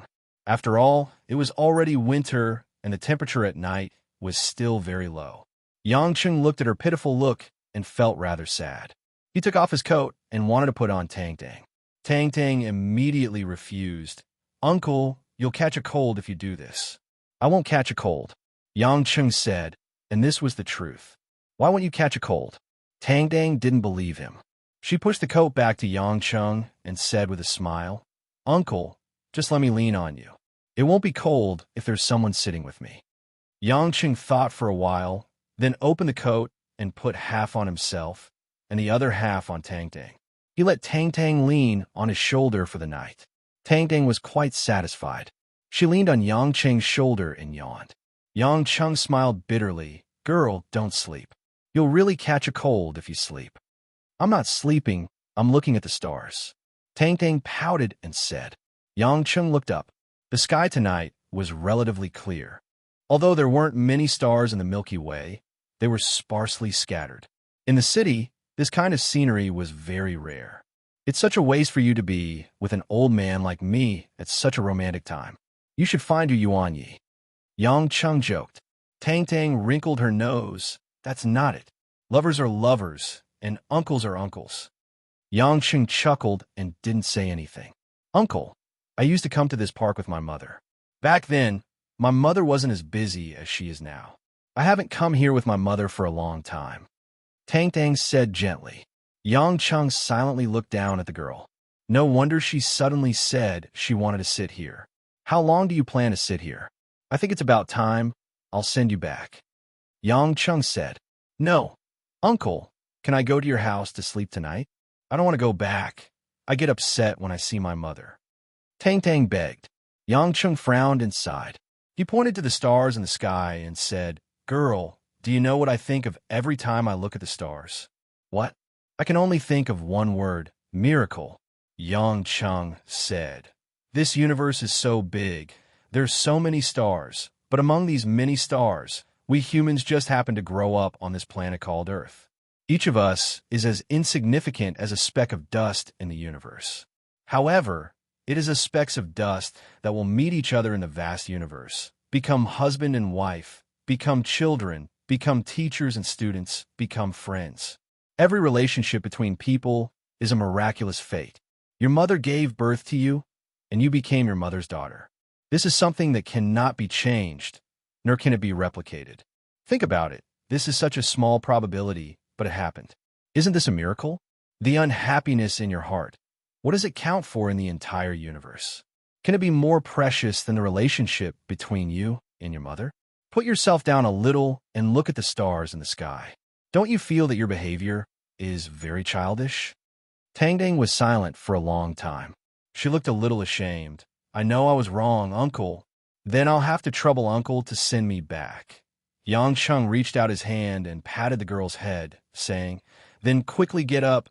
Your mother should be looking for you anxiously. Just as the two of them stood up from their seats and were about to leave the park, a slightly anxious and graceful figure walked over from the path in front of the park. A woman with long, slightly curly hair, wearing a brown velvet coat and high boots made of sheepskin, walked up to them. She was dressed fashionably and had a slender and voluptuous figure. A familiar, delicate, and charming oval face came into Yang Cheng's sight. It was Tang Wan, whom he had met at the gala 2 days ago. Tang Wan's face was full of anxiety. She was surprised to see Yang Chun, and she was also stunned for a moment. While she was surprised, she looked around and saw Tang Tang leaning against Yang Chun like a little bird. Tang Dang was still wearing Yang Cheng's coat, and she was sticking close to Yang Cheng. Seeing Tang Wan suddenly appear, she was stunned for a moment, and then she said timidly, "Mom, why are you here?" Yang Cheng turned his head abruptly, wondering if he had misheard, but then he heard Tang Wan's angry shout. "Why are you guys together?" When Tang Wan saw Tang Dang and Yang Cheng together, and she was wearing Yang Cheng's coat, she instantly thought of Yang Cheng's dissolute nature. When she thought that Yang Cheng had an affair with her own daughter, the vigilance and protection of a mother immediately rose to the peak. Could it be that this man deliberately got close to her and then did something to her daughter behind her back? Hearing this, Tang Dang was a little incredulous and asked doubtfully, "Mom, you guys know each other?" Without waiting for Yang Cheng to say anything, Tang Wan asked again, "Why are you wearing his clothes?" "You girl, let's not talk about running away from home. How can you just casually lean on a man like this? Are you trying to anger me to death?" Tang Dang was stunned for a moment and didn't know what to say. Yang Cheng knew that Tang Wan had misunderstood their relationship. "Tang Wan, it's not what you think." "Then what?" "Yang Cheng, my daughter is only in her 3rd year of high school. How can you do it? How can you do this? You really disappoint me." The incomparably agitated Tang Wan's eyes were filled with anger. She walked forward and fiercely grabbed Tang Tang's arm, causing Yang Cheng's coat to fall to the ground. "Go. Come home with me immediately. See if I don't lock you up for 3 months." Ignoring Tang Tang's cries and explanations, Tang Wan, who was like a volcano erupting, immediately left the park with Tang Tang. Yang Cheng was stunned for a long time. Then he picked up his clothes from the ground and sighed. He was really unlucky today, but he didn't expect that Tang Tang's mother was actually Tang Wan. No wonder he met her in Li Jingjing's office, and coincidentally, Tang Tang was Li Jingjing's student. He finally understood why Tang Wan was so similar to Tang Dang when she talked about her daughter. Yang Cheng smiled bitterly. This time he was wronged. No matter how dignified and steady she was, Tang Wan became a protective mother, as if she had changed into a different person. Why else would it be said that in this world, besides men and women, there was a third type of person, and that was mothers? However, Yang Cheng didn't plan to call to explain. Right now, Tang Wan was definitely angry, and when she calmed down, she would naturally be able to distinguish the truth from the lies. It was boring to walk outside alone, so Yang Cheng put on his coat and hurried back to the parking lot. Tomorrow was Monday, so it was better to go home early and sleep. Chapter 291. In the early morning of Yinjing, in a large house in the suburbs adjacent to another province, there were many trees and flowers planted in the quaint courtyard. Despite the dry climate and extremely low temperature, the pine and cypress trees were still green. 2 snow-colored white plum trees stood proudly in the wind, emitting a fresh fragrance, filling the entire courtyard with a pleasant fragrance. A large go board was carved on a blue stone table, with black and white pieces scattered around. A purple clay teapot was placed in the corner, with white mist rising from the mouth of the teapot. Around the courtyard, in the hidden corners, stood a few tall and straight figures, silently guarding. At this moment, an old man dressed in an old-fashioned black cotton jacket and cotton pants, with gray hair and some age spots on his face, a slightly short stature, and a rather handsome face, bent his back and crawled out from behind a few pine trees. He held a small shovel in one hand and a few withered weeds in the other. His body was covered in dust, and he looked a little disheveled. The old man placed the shovel by the table, and the weeds were spread under a pine sapling before he turned around and sat on the bluestone stool. He picked up the purple clay teapot, put the mouth of the teapot to his mouth, and drank a few mouthfuls of tea. The tea was quickly finished, and the old man picked up a hot kettle from the side and brewed himself a cup of tea. Then he began to ponder the endgame on the go board. An amiable old woman wearing a thick gray shirt, with gray hair on her temples and slightly drooping cheeks, entered the courtyard from the corridor and came to the bluestone table. She smiled and bowed. "Master, Commander Yang is back. He's waiting to see you outside." The old man slowly picked up a white piece, raised it, and suddenly dropped on the go board. Ha! On the go board. The black piece was in a precarious situation. The old man turned his head and said slowly, "Let him in." "Yes." The old woman slowly walked out. Not long after, a tall and burly man wearing a dark green military uniform with the rank of general walked into the courtyard. His handsome face was as sharp as a knife, and as soon as he saw the old man, he immediately became spirited and showed deep respect.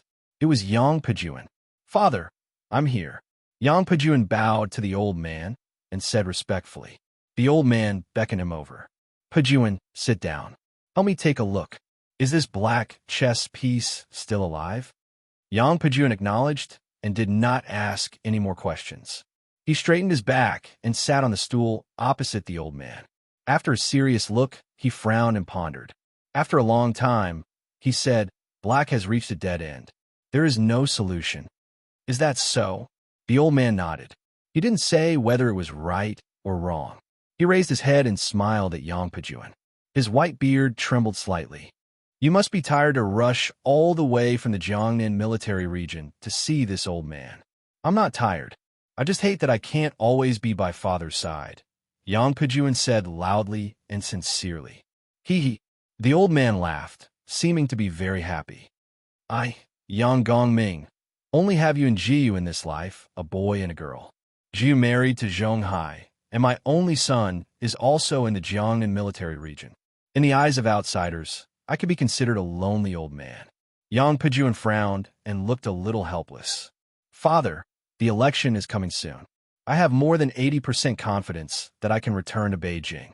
By then, I can spend more time with father." "Oh yes, Lai, or can also come back here to accompany you." Yang Gongming seemed to have thought of something and said, "I heard that many people are jealous of you for the position of vice chairman of the military commission. If you have any difficulties, you can tell me. I don't have much time left in this world. You relied on yourself to get to where you are today. While I'm still clear-headed, I can help you a little." Yang Pejuan suddenly raised his head. "Father, don't say that. You are healthy and strong. You still have a lot of time in the future. How can you say that you don't have much time left? Birth, old age, sickness, and death are all human relationships. When the child grows up, the parents will also grow old. When the child becomes a parent, the parents will also reach the end of their life. I, Yang Gongming, have lived a life that is far more vigorous, glorious, and fulfilling than others. There is nothing to be concerned about." "Father Pejuan," Yang Gongming said, "when you were young, you were steadier than your peers. You looked at the big picture, did things cleanly, and knew when to give up. Therefore, among your peers, even if their family background was stronger than yours, they would at most be major generals. Like you only need one step to enter the core circle of power of our Huaxia. I have always been proud to have a son like you. It is also the glory of our Yang family. It's all thanks to father, otherwise I wouldn't be here today," Yang Pejuan said. Yang Gongming didn't deny it. He picked up the purple clay teapot and took a sip of tea. He then continued, "It's true that I gave you my legacy, but the reason why I could give it to you was because of your cooperation." Yang Pejuan was stunned. He didn't understand what Yang Gongming meant. A bitter smile appeared on the corner of Yang Gongming's mouth. He took out a roll of paper from his sleeve and handed it to Yang Pejuan. Yang Pejuan had a bad feeling. After receiving it with both hands, he opened it and took a look. With just one look, Yang Pejuan's expression changed drastically.